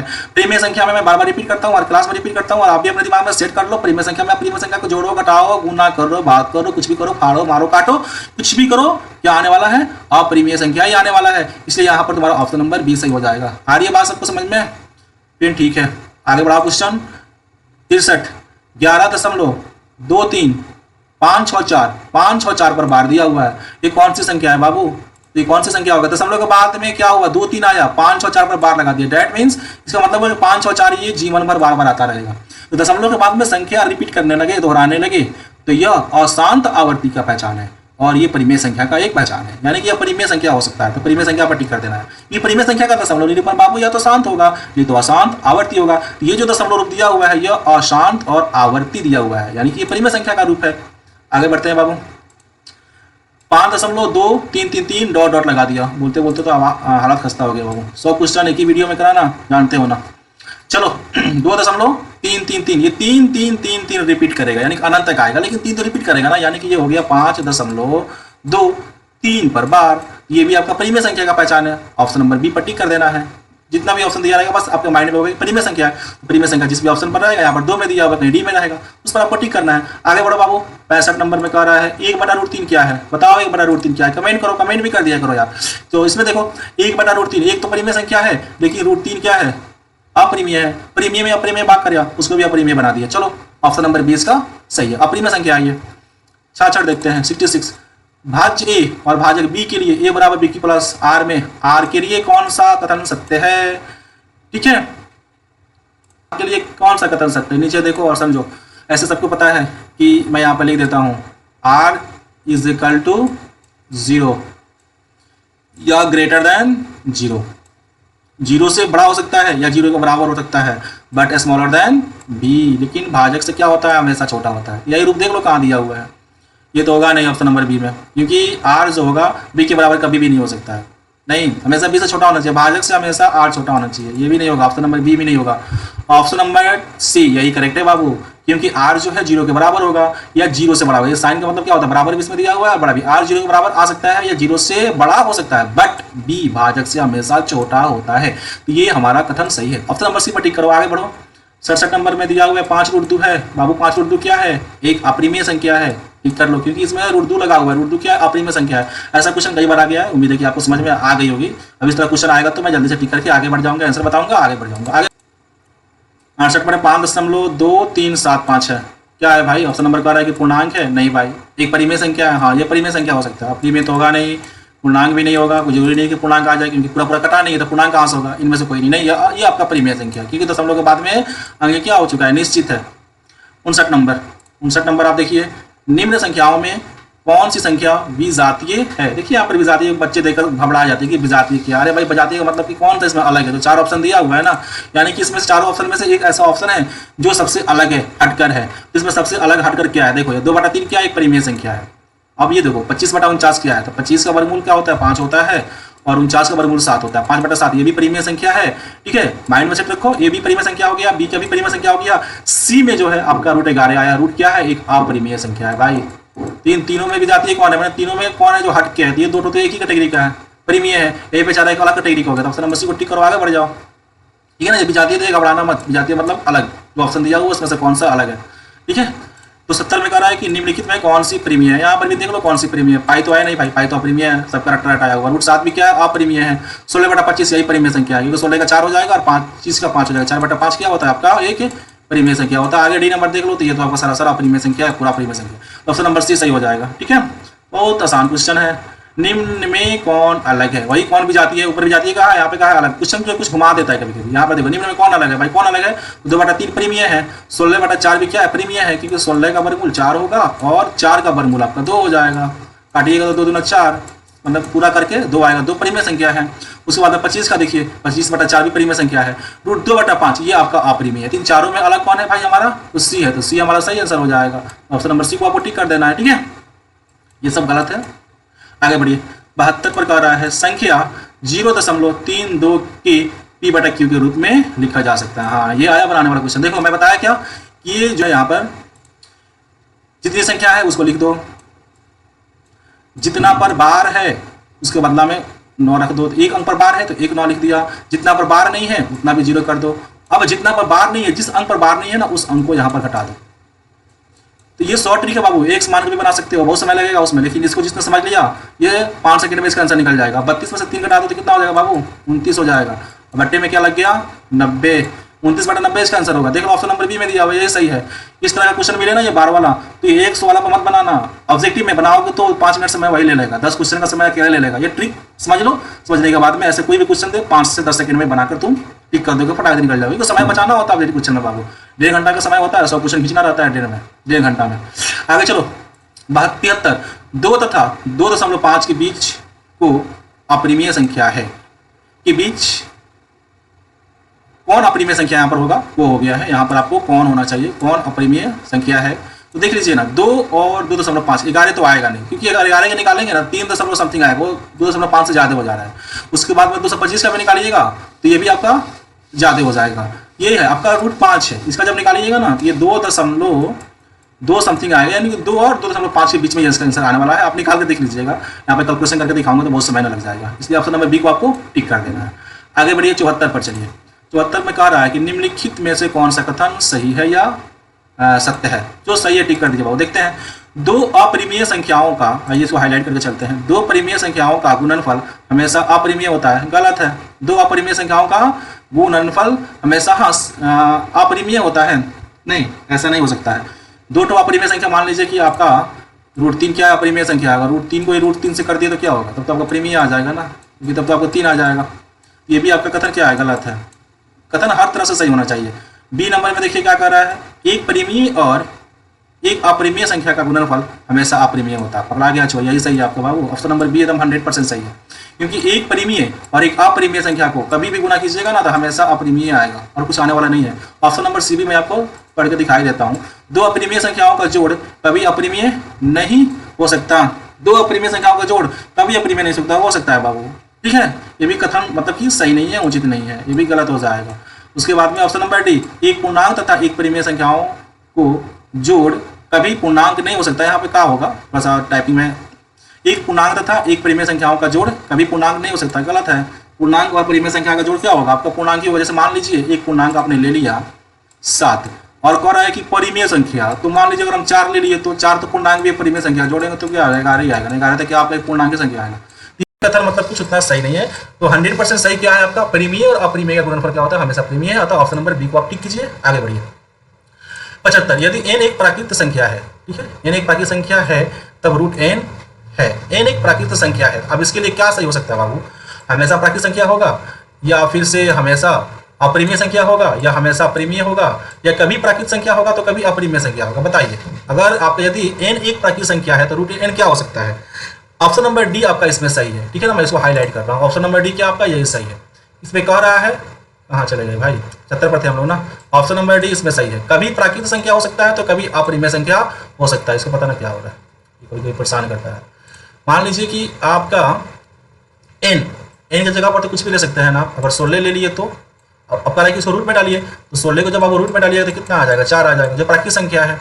लेकिन अगर n की जगह पर 7 ले लिए तो रूट में डाल दीजिए, तब क्या हो गया, क्योंकि 7 तो आपका प्राकृत संख्या है, लेकिन रूट में डालिएगा तब क्या बन जाएगा, तब तो रूट 7 ही रह जाएगा, जो कि क्या है आपका एक अपरिमेय संख्या है। तो n जो है √n के लिए कभी परिमेय बन सकता है तो कभी अपरिमेय बन सकता है, अर्थात कभी प्राकृत हो सकता है तो कभी अपरिमेय हो सकता है। इसलिए आपका ऑप्शन नंबर डी क्या है, 100% सही है। हमेशा प्राकृत संख्या होगा जरूरी नहीं है, मैंने आपको यहाँ पर दिखा दिया, कभी प्राकृत है तो कभी अपरिमेय, हमेशा अपरिमेय होगा ये भी जरूरी नहीं है, कभी कभी आपका परिमेय भी बन सकता है, हमेशा परिमेय होगा ये भी जरूरी नहीं है, कभी कभी अपरिमेय भी बन जा रहा है। यहाँ पे मैंने 2 नंबर लेकर दिखा दिया, बाकी और भी नंबर आप देखकर टेस्ट कर सकते हैं, तो आपका इसमें ऑप्शन नंबर डी होगा। अब चलिए प्रश्न 76, यदि प्रथम 13,986 अभाज्य संख्याओं का योग n है तो n हमेशा भाज्य होगा डैश से।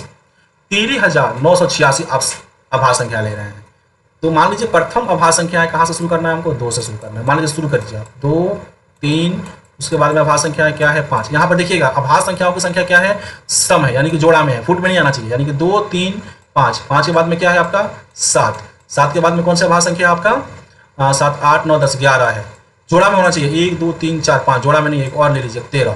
ऐसे ही करते हुए आपको आगे बढ़ते चले जाना है और जाकर 13,986 लेना है। तो 13,986 नहीं लेंगे ना, हम इतना ही पर समझ लेते हैं। मान लीजिए कि हम 1, 2, 3, 4, 5, 6 यानी कि सम संख्या में जो है हम अभाज्य संख्याएं ले लिए, जोड़ा में अभाज्य संख्याएं ले लिए, क्योंकि यहाँ पर देखिए 13,986 जोड़ा है, 2 का जोड़ा लग जाएगा यहाँ पर, 2 का जोड़ा में ये जो है अभाज्य संख्याओं के लिए है, तो इसको लेकर हम समझते हैं। तो मान लीजिए पहला जो हमारा अभाज्य संख्या हो तो सम संख्या है, इसको थोड़ा सा छोड़िए, इनको जोड़िए तो जरा आप सबको जोड़िए।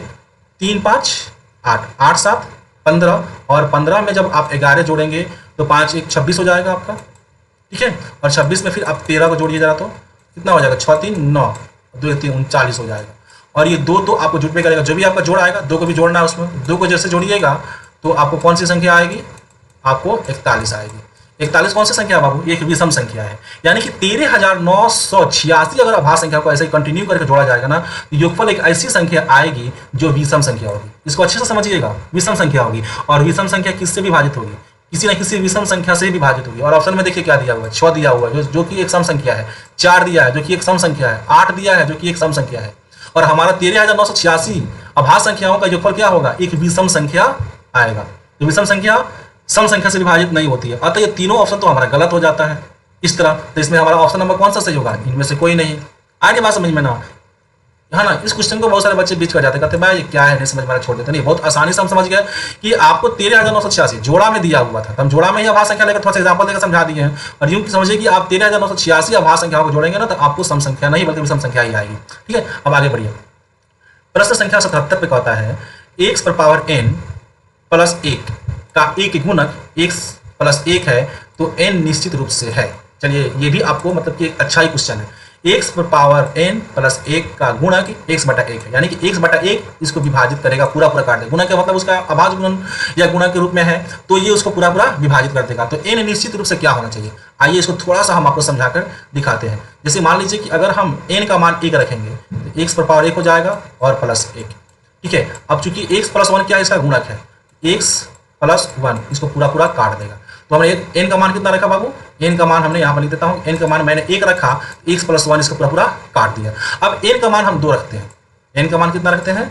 2 रखते हैं। तो n का मान जब 2 रखेंगे तो ये हो जाएगा x पर पावर 2 प्लस 1। अब ये भी आपको x प्लस 1 से विभाजित हो जाना चाहिए, लेकिन बाबू आप x प्लस 1 से इसको भाग लगा के देखिएगा ना, ये पूरा पूरा नहीं कटेगा। अब ये भाग करना आपका काम है, आप अपने कॉपी में भाग लगाइए और देखिएगा ये पूरा पूरा नहीं कटेगा। यानी कि x पर पावर अगर आप 2 रख रहे हैं ये पूरा पूरा नहीं कट रहा है। अब आगे बढ़िए, n पर पावर अब आप 3 रखिए। अब n पर पावर जब 3 रखिएगा बाबू, ये x पर पावर n है, अब n का मान आप 3 रख रहे हैं तो पावर 3 हो गया, आप प्लस 1 हो गया, और नीचे आप क्या करना है? x प्लस 1, यानी कि x प्लस 1 इसका गुणक है, तो गुणक है मतलब काटेगा। अब इसमें आपको भाग लगाना, x पर पावर 3 प्लस 1 में x प्लस 1 से भाग कीजिएगा बाबू, तब देखिएगा कट कर यहाँ पर ये 0 आ जाएगा, पूरा पूरा काट देगा। समझ रहे हैं मेरी बात? तो क्या अब आगे बढ़िए, आपको 4 स्टेप करना है, बात आपको समझ में आ जाएगी। अब n का मान आपको 4 रखना है, n का मान आपको 4 रखना है। जब n का मान आप 4 रखिएगा तब ये हो जाएगा x पर पावर 4 जोड़ 1। अब चूंकि x प्लस 1 क्या है? इसका गुणक है, तो फिर इसमें x प्लस 1 से भाग कीजिए बाबू। जब आप भाग करके देखिएगा ना तो ये भी आपका पूरा पूरा नहीं कटने वाला है, शेषफल कुछ ना कुछ आ ही जाएगा। अब देखिए x का मान बाबू 1 रख के आप काटे तो पूरा पूरा कट गया, x का मान 2 रख कर काटे तो पूरा पूरा नहीं कटा। आप ये चारों घर पे देखिए, तो चाहते हैं कि ये बात आपको समझ में आए, प्रैक्टिकली करके आपको देखना पड़ेगा। n का मान 2 रख के कर रहे हैं तो नहीं कट रहा है, लीजिए। n का मान जब 3 रख के कर रहे हैं तो मेरा पूरा पूरा कट जा रहा है। n का मान अगर 4 रख के कर रहे हैं तो नहीं कट रहा है। अगर इसी स्टेप को आप आगे बढ़ाएंगे ना, तो n का मान जब 5 लेकर करिएगा ना तो ये पूरा पूरा भाग लग जाएगा, यानी कि x पर पावर 5 रखिएगा तो पूरा पूरा कट जाएगा। जैसे x पर पावर 6 रखिएगा तो पूरा पूरा नहीं कटेगा। इससे पता चल रहा है कि n का मान हम सम रख रहे हैं तो ये x प्लस 1 इसको पूरा पूरा काट नहीं पा रहा है। और जैसे ही हम बाबू विषम रख दे रहे हैं, यानी कि n का मान हम विषम रख दे रहे हैं, तो x प्लस 1 उसको पूरा पूरा काट दे रहा है। गुणक का मतलब होता है उसको पूरा पूरा विभाजित कर देता है। तो n निश्चित रूप से क्या हो जा रहा है? n निश्चित रूप से यहाँ पर एक विषम संख्या हो जा रहा है। तो ऑप्शन नंबर ये हमारा सही है, एक विषम पूर्णांक है। आई बात समझ में? ये जो प्रक्रिया बताया ना, करके देख लीजिएगा तो बात आपको दिमाग में समझ में आ जाएगी। अब प्रश्न संख्या 78 है, संख्या रेखा नंबर लाइन पर प्रत्येक बिंदु प्रदर्शित करता है। संख्या रेखा पर जो प्रत्येक बिंदु है किस चीज को बाबू प्रदर्शित करता है? एक वास्तविक संख्या को प्रदर्शित करता है या प्राकृतिक संख्या को प्रदर्शित करता है या अपरिमेय संख्या को या अपरिमेय संख्या को? भाई वास्तविक संख्या को प्रदर्शित करता है, बात साफ है, क्योंकि परिमेय संख्या एक वास्तविक संख्या है, अपरिमेय संख्या भी क्या है? एक वास्तविक संख्या है। तो हमारे यहाँ पर जवाब क्या होगा? वास्तविक संख्या होगा, क्योंकि संख्या रेखा पर हमारा प्राकृतिक संख्या भी होती है, विषम संख्या भी होती है, एक परिमेय संख्या भी होती है क्या, और एक मतलब कि पूर्णांक संख्या भी होती है, पूर्ण संख्या भी होती है। ये सब किसके अंदर आते हैं? वास्तविक संख्या के अंदर आते हैं, क्योंकि परिमेय संख्या भी हो सकती है तो परिमेय संख्या को हम वास्तविक संख्या कहते हैं। प्राकृतिक संख्या भी हो सकती है तो प्राकृतिक संख्या आपको एक परिमेय संख्या होती है, अपरिमेय संख्या एक वास्तविक संख्या होती है। मे भी अपरिमेय संख्या भी हो सकती है तो अपरिमेय संख्या भी आपको वास्तविक संख्या होती है, यानी चारों ओर से घिरा हुआ है, अपरिमेय संख्या सबको घेर कर रखा हुआ है, इसलिए आपको वास्तविक संख्या पर टिक कर देना है, ठीक है ना। अपरिमेय। प्रश्न संख्या 79, निम्नलिखित में कौन सा भिन्न का दशमलव प्रसार शांत है? तो आओ देखते हैं कौन सा शांत है। 11/17 नहीं कटेगा, इसका 700 का जब करोगे तो इसका भाग गुणनखंड में क्या आ रहा है? 7 आ रहा है, अशांत हो जाएगा। अब ये देखो 91/21, ये शायद आपको 13 से नहीं कटेगा, ये भी नहीं कटेगा, लेकिन इसका भाग 21 का भाग गुणनखंडन करोगे तो 7 शामिल हो जा रहा है, इसका भी दशमलव निरूपण क्या होगा आपका? अशांत होगा। यहाँ पर देखो 343/2/3, 5/3, 7/2 दिया हुआ, तो इसमें होगा क्या? देखो ये कटने वाला है। अगर ये आपको 343 का जब अभाज्य गुणनखंडन करोगे तो 7 गुना 7 होता है मेरे ख्याल से। अब ये 7/2 का मतलब यहाँ पर 2/7 आया है, ठीक है। यहाँ पर देखो नीचे विवरण में दिया भी गया है, 2/7 से 2/7 कट जाएगा, तो कटने के बाद में क्या हो जाएगा? ऊपर 7 बचेगा और नीचे बच जाएगा 2/3, और उसके बाद में क्या बच जाएगा बाबू? 5/3। तो ये मतलब कि सरलतम रूप में जब किया गया तो इसके हर में सिर्फ 2 और 5 आ रहा है, इसका मतलब इसमें दशमलव प्रसार का शांत जो है सी नंबर का है। ऑप्शन नंबर सी हो जाएगा सही। आगे बढ़ो। क्वेश्चन 80, सबसे छोटी पूर्ण वर्ग संख्या जो इतना तथा इतना से भाज्य। ये भी आसान क्वेश्चन है। देखो इस तरह क्वेश्चन जब भी दिया है हो, इसका तुम एलसीएम कर दो, कुछ नहीं करना है। 16, 20 और 24 का तुम एलसीएम करो। अब एलसीएम मैं तुम्हें करके नहीं दिखाऊंगा, बस मैं यहाँ पे देखो करके रखा हूँ। एलसीएम जो हो जाएगा 240 हो जाएगा, ठीक है। ऐसे कोई भी संख्या दे कि इससे विभाजित होने वाली पूर्ण वर्ग संख्या कौन है, तो सबसे पहले तो इसका एलसीएम कर लो। एलसीएम 240 हो गया। अब 240 से इसमें कौन कौन विभाज्य हो सकता है? जो विभाज्य हो जाएगा वह 16, 40 और 24 से भी विभाज्य होगा।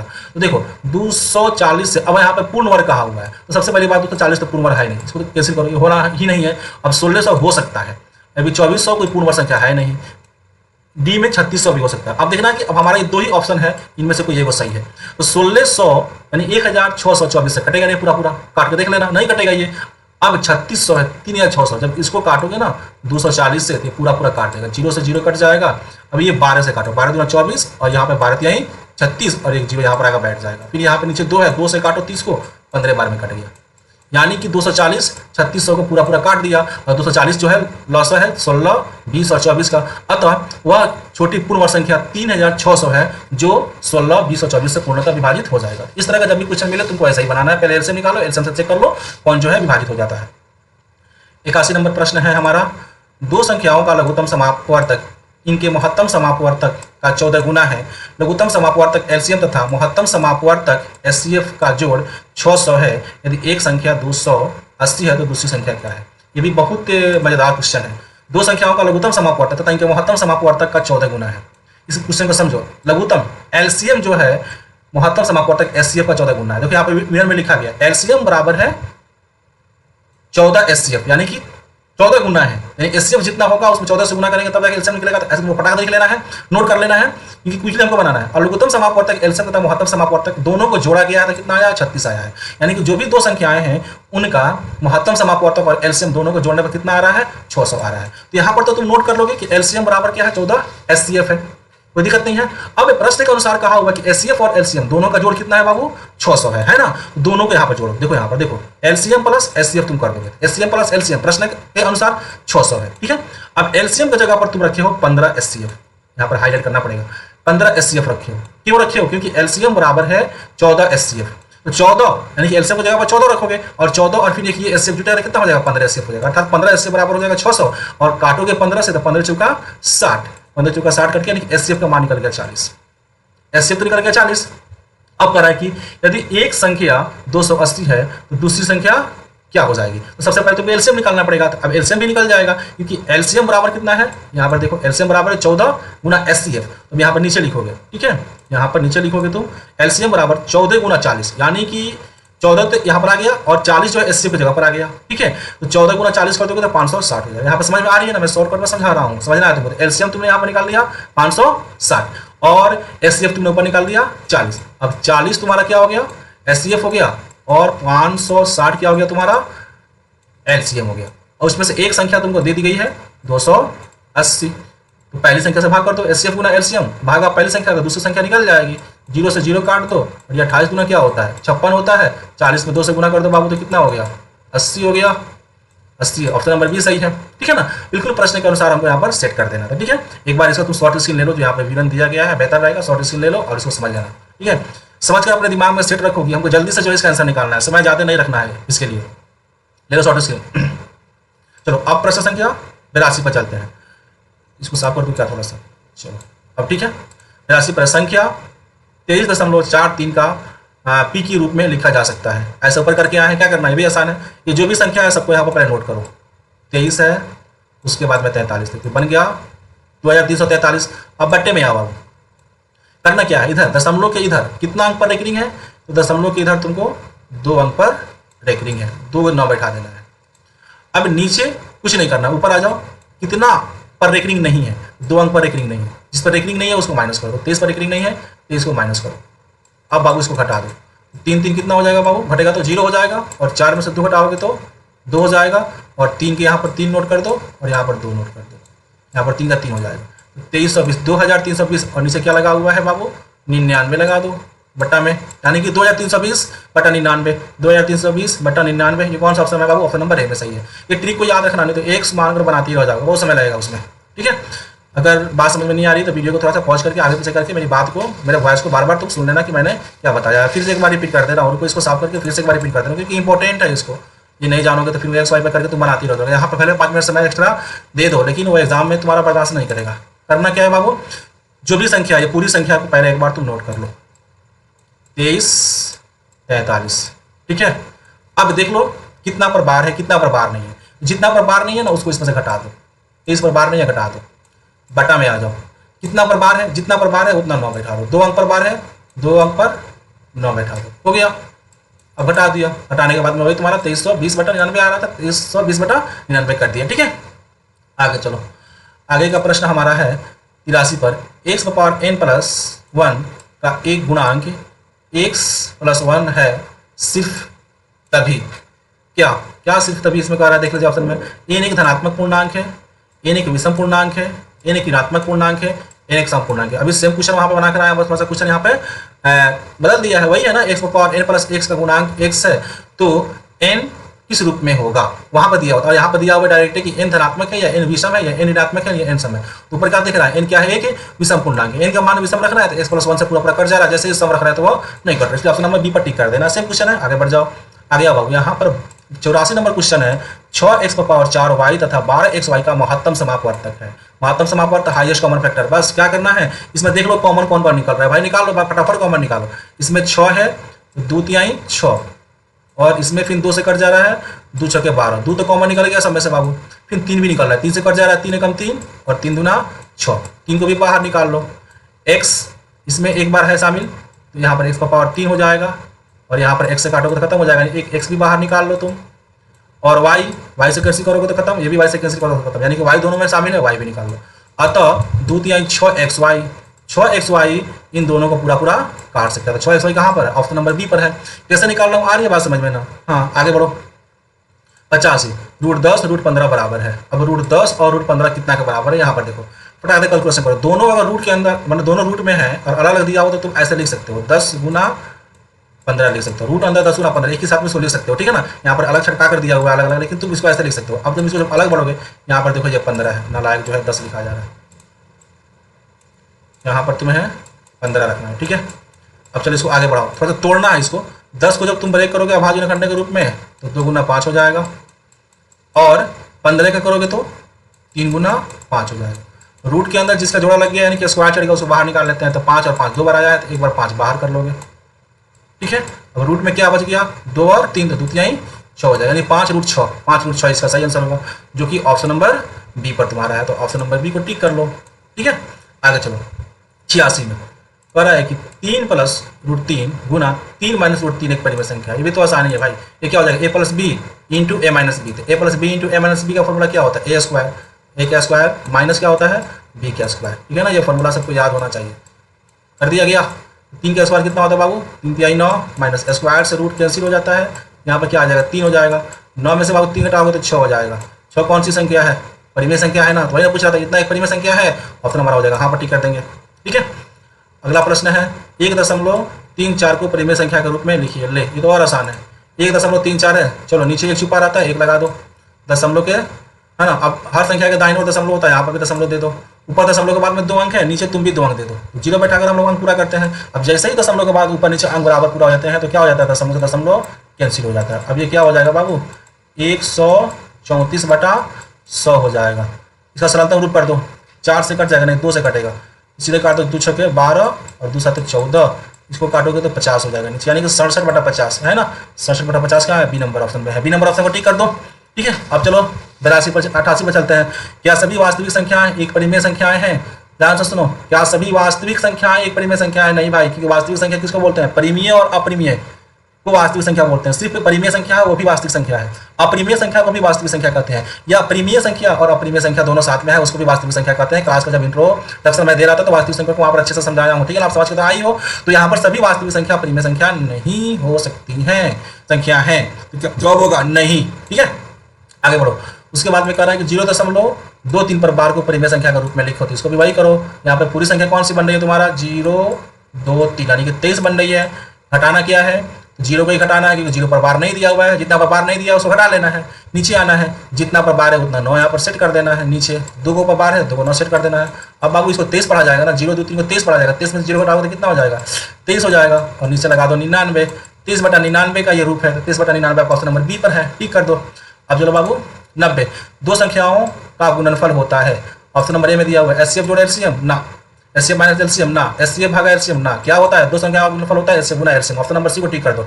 91 नंबर में कह रहा है कि आपका 91 नंबर में कह रहा है कि परिमेय संख्या इतना इतना का दशमलव प्रसार दशमलव के कितने स्थानों के बाद रुक जाएगा। ये आप करके देख लीजिए। आपका 43 है, 43 बटे में कर दीजिए। आपको नीचे 10 बनाना, मैंने बताया था जब सोल्यूशन कर रहा था क्वेश्चन को। तो यहाँ पर 2 का पावर 4 यानी कि 2 कितना बनाया है, 4 बनाया है। 5 का पावर 3, 5 3 बनाया है। तो यहाँ इसमें से 3 को 2 है, आपको 3 को 5 से गुना करेगा तो 10 3 बार आ जाएगा ना, 100% आ जाएगा। अब यहाँ पर 1 और 2 आपको बच जाएगा, तो 1 और 2 के लिए आपको यहाँ पर एक और 5 लगा देना है। तो उसे गुना कीजिएगा, 2 5 10, नीचे एक और 10 आ गया। अब देखिए चूंकि नीचे आप 5 एक एक्स्ट्रा लगाए हैं तो ऊपर भी आपको 5 एक्स्ट्रा लगाना पड़ेगा। अब गुना कर दीजिए तो 5 तिहाई 15 और उसके बाद में 5 का 20 एक 215/10 कितना बनाया, 4 बनाया है ना, तो 10 का पावर 4 हो जाएगा। बताया गया था कि जितना पावर होगा दशमलव दाहिने ओर से उतना अंक बाएं आ जाएगा। 4 पावर है, दशमलव आपका ये 5 के दाहिने साइड में यहाँ से 4 अंक के बाद में आएगा। 1 2 3 अंक है, 0 बैठा दीजिए और उसके बाद दशमलव डाल दीजिए। तो दशमलव प्रसार दशमलव के कितने स्थानों के बाद रुक जाता है, तो 4 स्थानों के बाद रुक जाता है। तो बाबू ऑप्शन नंबर कौन सा सही है आपका, ऑप्शन नंबर डी सही है। ठीक है ना, तो डी को आप टिक कर लीजिए। कहाँ चले गए, ऑप्शन नंबर डी आपका सही है, ऑप्शन नंबर डी को टिक कर लीजिए। अब चलिए 92 नंबर क्वेश्चन पर चलते हैं। संख्या 50 और 25 के एचसीएफ और एलसीएम का गुणनफल है। एचसीएफ निकाल दीजिए, एलसीएम निकाल दीजिए, पटाक दे। किसका, 50 और 25 का। तो 50 और 25 का भाई एचसीएफ कितना हो जाएगा, दोनों को कौन काट सकता है, हाईएस्ट नंबर कौन है, 5 है। 5 या 50 या 25 है, सॉरी दोनों को 25 काट सकता है। 25 का 25 है, 25 दूना 50। तो एचसीएफ तो बाबू आपको 25 हो जाएगा। आप यहाँ पर नोट कर दीजिए। गुना करना है आपको, एलसीएम निकालना है आपको। तो कॉमन क्या निकल गया दोनों में से, दोनों में से कॉमन आपका निकल रहा था पहले 25 काटे इसको, उसके बाद में 15 50 काटे। क्या निकल रहा था आपका, 5 निकल रहा था, इधर 5 नोट कर लीजिए। अब उसके बाद में फिर ये 5 से कट जाएगा, 5 से कम 5 और 5 दूना 10, फिर 5 आपका कॉमन निकल रहा था। अब ये 1 बन चुका है और यहाँ पर 2 बचा हुआ है, 2 को लाकर यहाँ पर गुना कर दीजिए। तो कितना हो गया, 50 25 दूना 50, यानी कि इसका एलसीएम कितना हो जाएगा, 50 हो जाएगा। अब 25 इसका एचसीएफ है, तो एचसीएफ 25 में 50 से गुना कर दीजिए, कितना हो जाएगा, 25 5 125 और 0 बैठा दीजिए बाबू, तो कितना हो जाएगा 1250। 1250 ऑप्शन नंबर बी में है, उसको टिक कर दीजिए। आगे बढ़िए 93 नंबर प्रश्न पर है आपका 278 को किस संख्या से विभाजित करें कि भागफल 12 और शेषफल 2 प्राप्त हो जाए। ये तो और आसान है। क्या करना है भाई, इतना को किससे विभाजित करें, यानी कि भाजक निकालना है। तो सबसे पहले शेषफल जो बचा हुआ है ना 278, जो भाग जो है उसमें से घटा दीजिए। शेषफल को घटाइए, 278 से जब 2 घटाइएगा तो ये आपका हो जाएगा 276। शेषफल को आपको तुरंत आउट कर लेना है। अब भागफल आपका 12 आए तो भागफल से इसको भाग कर दीजिए, भाजक निकल जाएगा। 12 से भाग कीजिए, 12 दूना 24, 3 12 36, आपका 23 हो जाएगा, यानी कि वह संख्या 23 है। 23 से अगर 278 को भाग करेंगे तो भागफल 12 आएगा और शेषफल आपका 2 आएगा। ऐसी संख्या ऐसा क्वेश्चन बनाना हो तो आप याद रखिए, सबसे पहले शेषफल को तुरंत घटा दीजिए। शेषफल को घटाने के बाद में जो आए रिजल्ट उसमें तुरंत भागफल से भाग कर दीजिए, भाजक निकल जाएगा। आगे बढ़िए। 64 के अभाज्य गुणनखंड में 2 कितना बार आया है? 64 के अभाज्य गुणनखंड में 2 का घातांक कितना है? तो 64 का अभाज्य गुणनखंड आप निकालिएगा तो यही होगा आपका 2 गुना 2 गुना 2 गुना 2 गुना 2, जो कि 2 2 4 6 बार आएगा। 2 पर पावर 6 हो जाएगा, ये नहीं 2 पर पावर 6, 2 का घात कितना हो जाएगा 6। ऑप्शन नंबर सी सही है। अब चलिए आपको 95 है, 0.13, 1 3 पर बार चढ़ा हुआ है, बराबर कितना होगा? तो फिर आपको बताया है ऊपर क्या करना है, ये टोटल संख्या को लिख लेना है आपको 0 1 3, ठीक है ना। नीचे आपको क्या करना है, जितना पर बार है उतना 9 लिख लेना है, और जितना पर बार नहीं है, जैसे कि 0 पर बार नहीं तो 0 घटा लेना है, ठीक है। तो इसको आप 13 पढ़िएगा, 13 होगा, 13 में 0 घटाइएगा 13 हो जाएगा, और नीचे आपका 99 है तो 99 कर दीजिए, यानी कि 13/99 देखिए आपका किस में है, तो 13/99 ऑप्शन नंबर सी पर, ऑप्शन नंबर सी को आप लिख दीजिए। अब चलिए 96 पर, 96 नंबर में कह रहा है कि 18 तथा 72 का मौसा क्या होगा। फिर यहाँ पे महत्तम समापवर्तक निकालना है, हाईएस्ट कॉमन फैक्टर। तो हाईएस्ट कॉमन फैक्टर सबसे बड़ी संख्या कौन है जो दोनों को काट सकता है? 18 कम 18 और 18 चुका 72। 18 वह संख्या है जो दोनों को पूरी पूरी काट सकती है और सबसे बड़ी है, यानी कि 18 से बड़ी और कोई संख्या नहीं है जो दोनों को पूरा पूरा काट सकती है। तो ऑप्शन नंबर ए हो जाएगा, इन दोनों का एचसीएफ मौसा 18 हो जाएगा। √12 का परिमेकरण गुणांक है, यानी कि √12 देखिए 97 में कह रहा है √12 का परिमेकरण पूर्णांक है। √12 का जब आप परिमेकरण करेंगे यानी कि परिमेय संख्या में बदलेंगे तो कितना से गुणा करना पड़ेगा? तो यहाँ पर देखिए मैं बना रहा हूँ √12, ये √12 है, इसको जब टुकड़ा करेंगे परिमेकरण करने के लिए तो किसका जरूरत पड़ेगा? देखिए 2 गुना 3 होगा ना, क्योंकि 2 2 4 3 12, यानी कि 1 3 और हम डाल देंगे तो इसका परिमेकरण हो जाएगा। वो रूट में डालना पड़ेगा ना, तब ना रूट मिलेगा। तो यानी कि √3 की इसमें जरूरत है। √3 से 12 में गुना करेंगे तो कितना हो जाएगा? √3 से 12 में गुना करेंगे आप तो 12 3 36 नहीं हो जाएगा, √36 हो जाएगा। √36 से क्या हो जाएगा? परिमेकरण करेंगे तो 36 हो जाएगा, यानी कि √3 इसका सही आंसर हो जाएगा, ठीक है।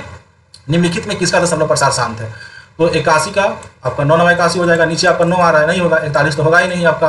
45 का जब आप करिएगा नीचे का ही करना है, ऊपर का टेंशन नहीं लेना है, ठीक है ना। तो आपका 45 का जब करेंगे तो 9 5 45, यानी कि 3 भी आएगा 5 भी आएगा, 3 आ गया तो इसका दशमलव पर अशांत हो जाएगा। 80 का करेंगे बाबू ना तो 16 5 80, 5 आ रहा है और 16 में सिर्फ क्या आता है? 2 आता है, इसमें केवल 2 और 5 आ रहा है, इसका दशमलव पर क्या हो जाएगा? शांत हो जाएगा। ऑप्शन नंबर डी आपका सही है। ऐसे आपको फास्ट चेक करना है। अब 99 चलना है। निम्नलिखित में किसका दशमलव प्रसार अशांत है? तो अशांत कौन सा है? देखिए इसमें 400 का जब कीजिएगा तो केवल 2 और 5 आएगा, ये आपका शांत है। 80 का कीजिएगा तो शांत है, क्योंकि 80 में केवल आपका 16 और 5 आएगा। 121 में बाबू 11 आ जाएगा, 11 121 होता है, इसी का दशमलव पर क्या हो जाएगा? आपका अशांत हो जाएगा, क्योंकि नीचे आपका 2 और 5 के अलावा अगर कोई भी संख्या कोई भी अंक अगर आ रहा है तो उसका दशमलव पर अशांत होता है। ये आपको दिमाग में सेट है और सेट रखना भी है। अब प्रश्न संख्या 16 में चलना है। निम्नलिखित में कौन सी सबसे छोटी प्राकृतिक संख्या है? ये किसको पता नहीं है भाई? 1 है, सबसे छोटी प्राकृतिक संख्या कौन है? 1 है। आगे बढ़िए। हाँ 101 निम्नलिखित में कौन सी परिमेय संख्या है? इसमें देख लेना कौन सी परिमेय संख्या है। √25 तो है नहीं, अरे परिमेय संख्या है, सॉरी √25 ही परिमेय संख्या है ना, क्योंकि √25 का वर्गमूल निकालिएगा तो 5 हो जाएगा। पहला ही ऑप्शन आपका सही है। √5 आपका परिमेय संख्या है, 1/√, आपका परिमेय संख्या है, और √5 + √5 परिमेय संख्या को अपरिमेय संख्या में जोड़िएगा तो परिमेय संख्या नहीं आएगा, अपरिमेय संख्या ही आएगा। अतः √25 का आपका परिमेय संख्या है। प्रश्न संख्या 2 है, निम्नलिखित में कौन सी अपरिमेय संख्या है? इसमें भी देख लेना है कौन सी अपरिमेय संख्या है। ये बार चढ़ा हुआ है, ये परिमेय संख्या का रूप है, ये √16 का 4 हो जाएगा, और 9 और 27 जब कीजिएगा आप तो यही आपका अपरिमेय हो जाएगा, क्योंकि 9 3 का 27 ये हो जाएगा आपका 1/√3 है, क्योंकि 1 का तो वर्गमूल 1 ही होता है, और ये अपरिमेय हो जाएगा। √3 अपरिमेय है। √5 को √5 से गुना कीजिएगा ना तो √ अंदर 25 होता है, और 25 का जब निकालिएगा बाहर तो कितना हो जाएगा? 5 हो जाएगा, यानी कि ऑप्शन नंबर यहाँ पर सी सही है। अब आपका जो है 103, यदि भागफल एल्गोरिथम a = b + r हो, a बराबर आपका 37 है, b बराबर 4 है, r बराबर d है, तो क्यों निकालना है? ये भी ऊपर एक क्वेश्चन बनाकर आए हैं, उसी तरह है। यहाँ पर आपका देखिए भाज्य दिया हुआ है 37, शेषफल भी दिया हुआ है आपका 1, तो मैं बताया कि शेषफल को तुरंत आप माइनस कर दीजिए, तो कितना हो गया आपका? 36 हो गया। अब इसमें दिया हुआ आपका क्या? भाज्य दिया हुआ है 4 से भाग कर दीजिए, 4 9 कितना हो जाएगा? 36, यानी कि क्यों इसका भागफल कितना आएगा? 9 आएगा, और शेषफल भी 1 आ जाएगा। ऑप्शन नंबर कितना है? ये सही है, ठीक है। 104 पर चलिए। 156 के अभाज्य गुणनखंड में 2 का घात क्या होगा? अब 156 का अभाज्य गुणनखंड जल्दी से लिख लीजिए, तो क्या होता है? 2 गुना 2 गुना 3 गुना 13 होता है। इसमें 2 का घात कितना है भाई? 2 बार आया, यानी कि 2 पर पावर 2 का घात 2 है। इस पर टिक कर लीजिए। कुछ क्वेश्चन है जो आपको 2 सेकंड में बन जाएगा, जल्दी से देखना है और बना देना है, ठीक है। अब 105 में निम्नलिखित में कौन अपरिमेय संख्या नहीं है? तो कौन इसमें अपरिमेय संख्या नहीं है?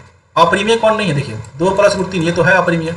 5 माइनस रूट 3 ये भी है अपरिमेय, जो अपरिमेय नहीं है उसी पर टिक करना है। रूट 3 बटा रूट 5 ये भी है अपरिमेय। रूट 12 बटा रूट 3 क्या ये है कि नहीं है, इसको आपको हल करना पड़ेगा। हल इसलिए करना पड़ेगा, देखिए 12 को तोड़िएगा तो आपका हो जाएगा 2 गुना आपका 3 हो जाएगा, और नीचे आपका क्या लगा हुआ है, रूट 3 लगा हुआ है, ठीक है। अब रूट के अंदर जिसका जोड़ा लगा यानी कि स्क्वायर चढ़ गया, बाहर कर दीजिए, 2 बाहर आ गया, रूट में फंसा रह गया आपका रूट 3, और नीचे भी आपका क्या है, रूट 3। रूट 3 से रूट 3 क्या हो जाएगा बाबू, कैंसिल हो जाएगा, कितना बच गया आपका 2। 2 क्या है, परिमेय संख्या है, अतः रूट 12 बटा रूट 3 का जब हम सरल करेंगे तो हमारा आंसर आएगा 2। 2 एक परिमेय संख्या आता है, ये आपका परिमेय संख्या का रूप है। चलिए 106 पर चलते हैं।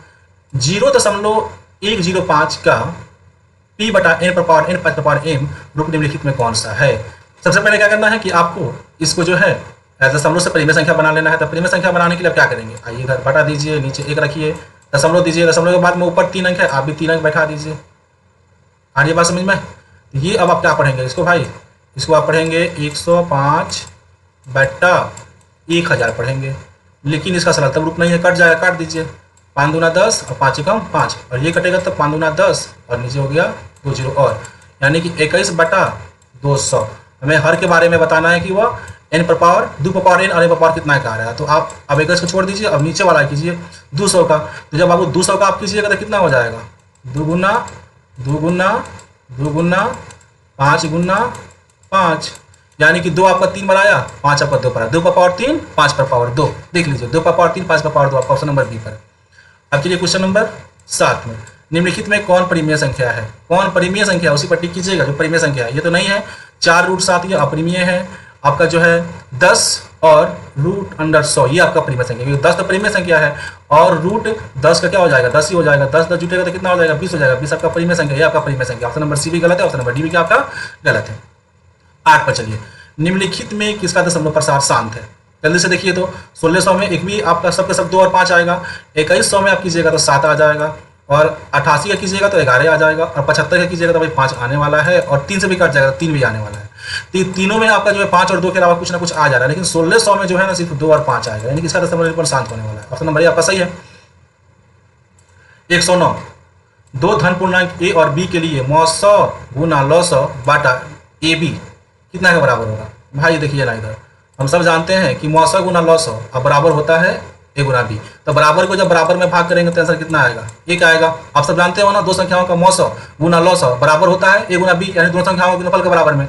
तो दोनों संख्याएं बराबर है, तो बराबरों को बराबर में भाग किया जा रहा है ना, तो 1 ही ना आएगा, तो ऑप्शन नंबर आपका ये सही हो जाएगा। अब आपका 110, निम्नलिखित में कौन सा युग्म में 100 अभाज्य संख्या है। तो 100 अभाज्य संख्या के लिए आप जानते हो ना, जिसका मौसक क्या होना चाहिए, 1 आना चाहिए, यानी कि 1 के अलावा उनमें कोई भी उभयनिष्ठ गुणनखंड नहीं होना चाहिए। तो 14 और 35 ये तो 7 से कट जाएगा, 7 इसमें भी शामिल हो गया, 7 इसमें भी शामिल हो गया, और 100 अभाज्य का मतलब होता है कि 1 के अलावा कुछ भी शामिल नहीं होना चाहिए, ये भी हमारा 100 अभाज्य संख्या नहीं है। 18 और 25 यही हमारा सही आंसर है, क्योंकि 18 और 25 का जब मौसम निकालोगे ना बाबू तो 1 आएगा। अब देख लो, 13 और 12 करोगे तो 13 चौका 52, इसमें भी 13 आया, और 13 कम 13, दोनों 13 से कट जा रहा है, और ये 21 और 84 7 से कट जाएगा, 7 का 21, और ये 7 से काटोगे तो 12 84, दोनों 7 से कट गए, ये भी आपका नहीं है। यानी कि 100 अभाज्य संख्या 1 के अलावा किसी से भी विभाजित ना हो, खुद से तो होंगी, तो ये आपका 18 और 25 हो जाएगा। 111 में चलो बाबू, निम्नलिखित में से कौन यौगिक संख्या है। देखो, यौगिक संख्या को हम लोग भाज्य संख्या कहते हैं, या भाज्य संख्या को हम लोग यौगिक संख्या कहते हैं। और भाज्य संख्या पता है जो एक और खुद के अलावा किसी अन्य संख्या से भी विभाजित होती है, उसको भाज्य संख्या कहते हैं, अर्थात भाज्य संख्या को ही यौगिक संख्या कहते हैं। इसमें कौन सी यौगिक है, 11 तो है नहीं, 31 है नहीं, 41 है नहीं, 21 है, क्योंकि 7 से भी कटेगी, 3 से भी कटेगी, और 1 से भी कटेगी, और खुद से भी कटेगी। एक और खुद के अलावा ये 7 और 3 से कट रहा है, अर्थात ये भाज्य संख्या है, यानी कि यौगिक संख्या। ऑप्शन नंबर आपका 20 सही है। 112 पर चलो बाबू, निम्नलिखित में कौन अभाज्य संख्या है। आसान क्वेश्चन है, अभाज्य जो किसी से भाज्य ना हो, एक और खुद के अलावा। 33 11 से भाज्य हो जाएगा, ये होगा नहीं। 39 13 से भाज्य हो जाएगा, ये भी नहीं होगा। 38 2 और 19 से भाज्य हो जाएगा, ये भी नहीं होगा। 31 है, 31 किसी से भाज्य नहीं होगा, अर्थात ये अभाज्य संख्या है। उसके बाद में चलो 113, दो संख्याओं का मौसौ 27 एवं लौसौ 162 है, यदि उनमें से एक संख्या 54 है तो दूसरी संख्या क्या होगी। लो, दूसरी संख्या ज्ञात करना है, तो क्या करना है बाबू, मौसौ गुना लौसौ कर दो, फॉर्मूला याद आ रहा है ना, मौसौ गुना लौसौ कर दो, और बाटा पहली संख्या कर दो, तो पहली संख्या 54 है। अब काटो तो इसको, 27 दूना 54, नीचे 2 है, ऊपर फिर 162 है, काट दो, 2 8 16, 2 1 2, इतना आ गया बाबू 81। ऑप्शन नंबर डी पर है, ऑप्शन नंबर डी टिक करो, आगे बढ़ो। क्वेश्चन नंबर 114, संख्या 12 15 21 का मौसम होगा। अब 12 15 21 का मौसम निकालो, तो काटो इसको, कौन सी संख्या है जो तीनों को काट सकती है, महत्तम होनी चाहिए। तो 3 चौका 12, 3 पचे 15, 3 साते 21, 3 है। 3 के अलावा और कोई संख्या है जो तीनों को काट सकती है? नहीं काट सकती। अतः हमारे यहाँ पे मौसा क्या हो गया? 3 हो गया। ठीक है, अब बैठ के सब मौसा मत निकालने लगना, नहीं तो पता चला कि 10 से क्वेश्चन बना है तो तक टाइम खत्म। ये जो ट्रिक बता रहे हैं ना, इस ट्रिक को दिमाग में सेट कर लो। काटना है, ये देखना है कि तीनों किससे कट जाए। बड़ी से बड़ी संख्या 3 से कट रहा है, तुम्हारा माइंड में सेट हुआ। थोड़ा आगे देख लेना, और भी 3 से आगे और भी कोई संख्या तो नहीं है ना जो तीनों को काट दे। देख लेना, अगर दिखाई ना दे समझ जाना कि हमारा क्या है? मौसा। अगर 3 के आगे कोई और संख्या है जो तीनों को काट दे, अब ऐसा है कि 15 को काटे 5, 5 15, लेकिन इन दोनों को तो 5 नहीं ना काट रहा है भाई, तीनों को काटना चाहिए। हाँ, तो इस ट्रिक को याद रखो। 115। अब अंतिम ही क्वेश्चन है हमारा। मेरा भी बोलते बोलते जो है हालत जो है ना खस्ता हो गया बाबू। 115 क्वेश्चन समझ रहे हो ना, एक ही वीडियो में कराना, एक ही क्लास कंटिन्यू बैठा हुआ हूँ। ऐसा नहीं है कि मैं ब्रेक कर रहा हूँ, वीडियो जो है कंटिन्यू मैं बैठ के इसको कर रहा हूँ। ठीक है, 115 प्रत्येक परिमेय संख्याएं होती हैं। क्या होती हैं? एक प्राकृतिक संख्या होती हैं, एक पूर्ण संख्या होती है, या एक पूर्णांक होती है, या एक वास्तविक संख्या होती है। तो बाबू प्रत्येक प्राकृतिक संख्या क्या होती है? एक वास्तविक संख्या होती है। ठीक है ना, प्रत्येक प्राकृतिक संख्या पूर्ण संख्या भी होती है। प्रत्येक आपका प्राकृतिक संख्या एक पूर्णांक संख्या भी होती है। लेकिन सही हमारा ऑप्शन क्या होगा? वास्तविक संख्या होती है। वास्तविक संख्या पर आपको टिक करना है। ठीक है ना, क्योंकि प्रत्येक पूर्ण संख्या एक वास्तविक संख्या भी होती है, प्रत्येक पूर्णांक संख्या भी एक वास्तविक संख्या होती है, प्रत्येक परिमेय संख्या भी वास्तविक संख्या होती है, प्रत्येक अपरिमेय संख्या भी आपकी वास्तविक संख्या होती है। अतः प्रत्येक प्राकृतिक संख्या एक वास्तविक संख्या हो सकती है, इसलिए वास्तविक संख्या पर आपको टिक कर देना है। अब चलिए 116 जो कर रहा है 22/7 है। सब कोई जानता है कि 22/7 क्या है? परिमेय संख्या है, टिक कर दो। बहुत लोग कंफ्यूज हो जाते हैं कि भाई पाई के मान होता है 22/27, तो पाई क्या है? अपरिमेय है, तो 22/7 भी अपरिमेय होना चाहिए।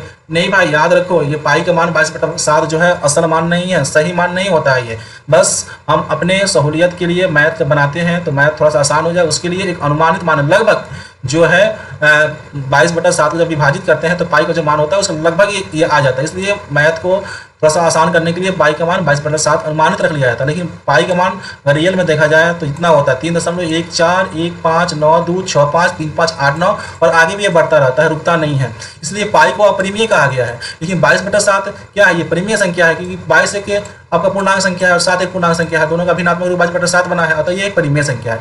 तो 22/7 दे तो आपको परिमेय संख्या पर टिक करना है, अगर पाई दे तो अपरिमेय संख्या में टिक करना है।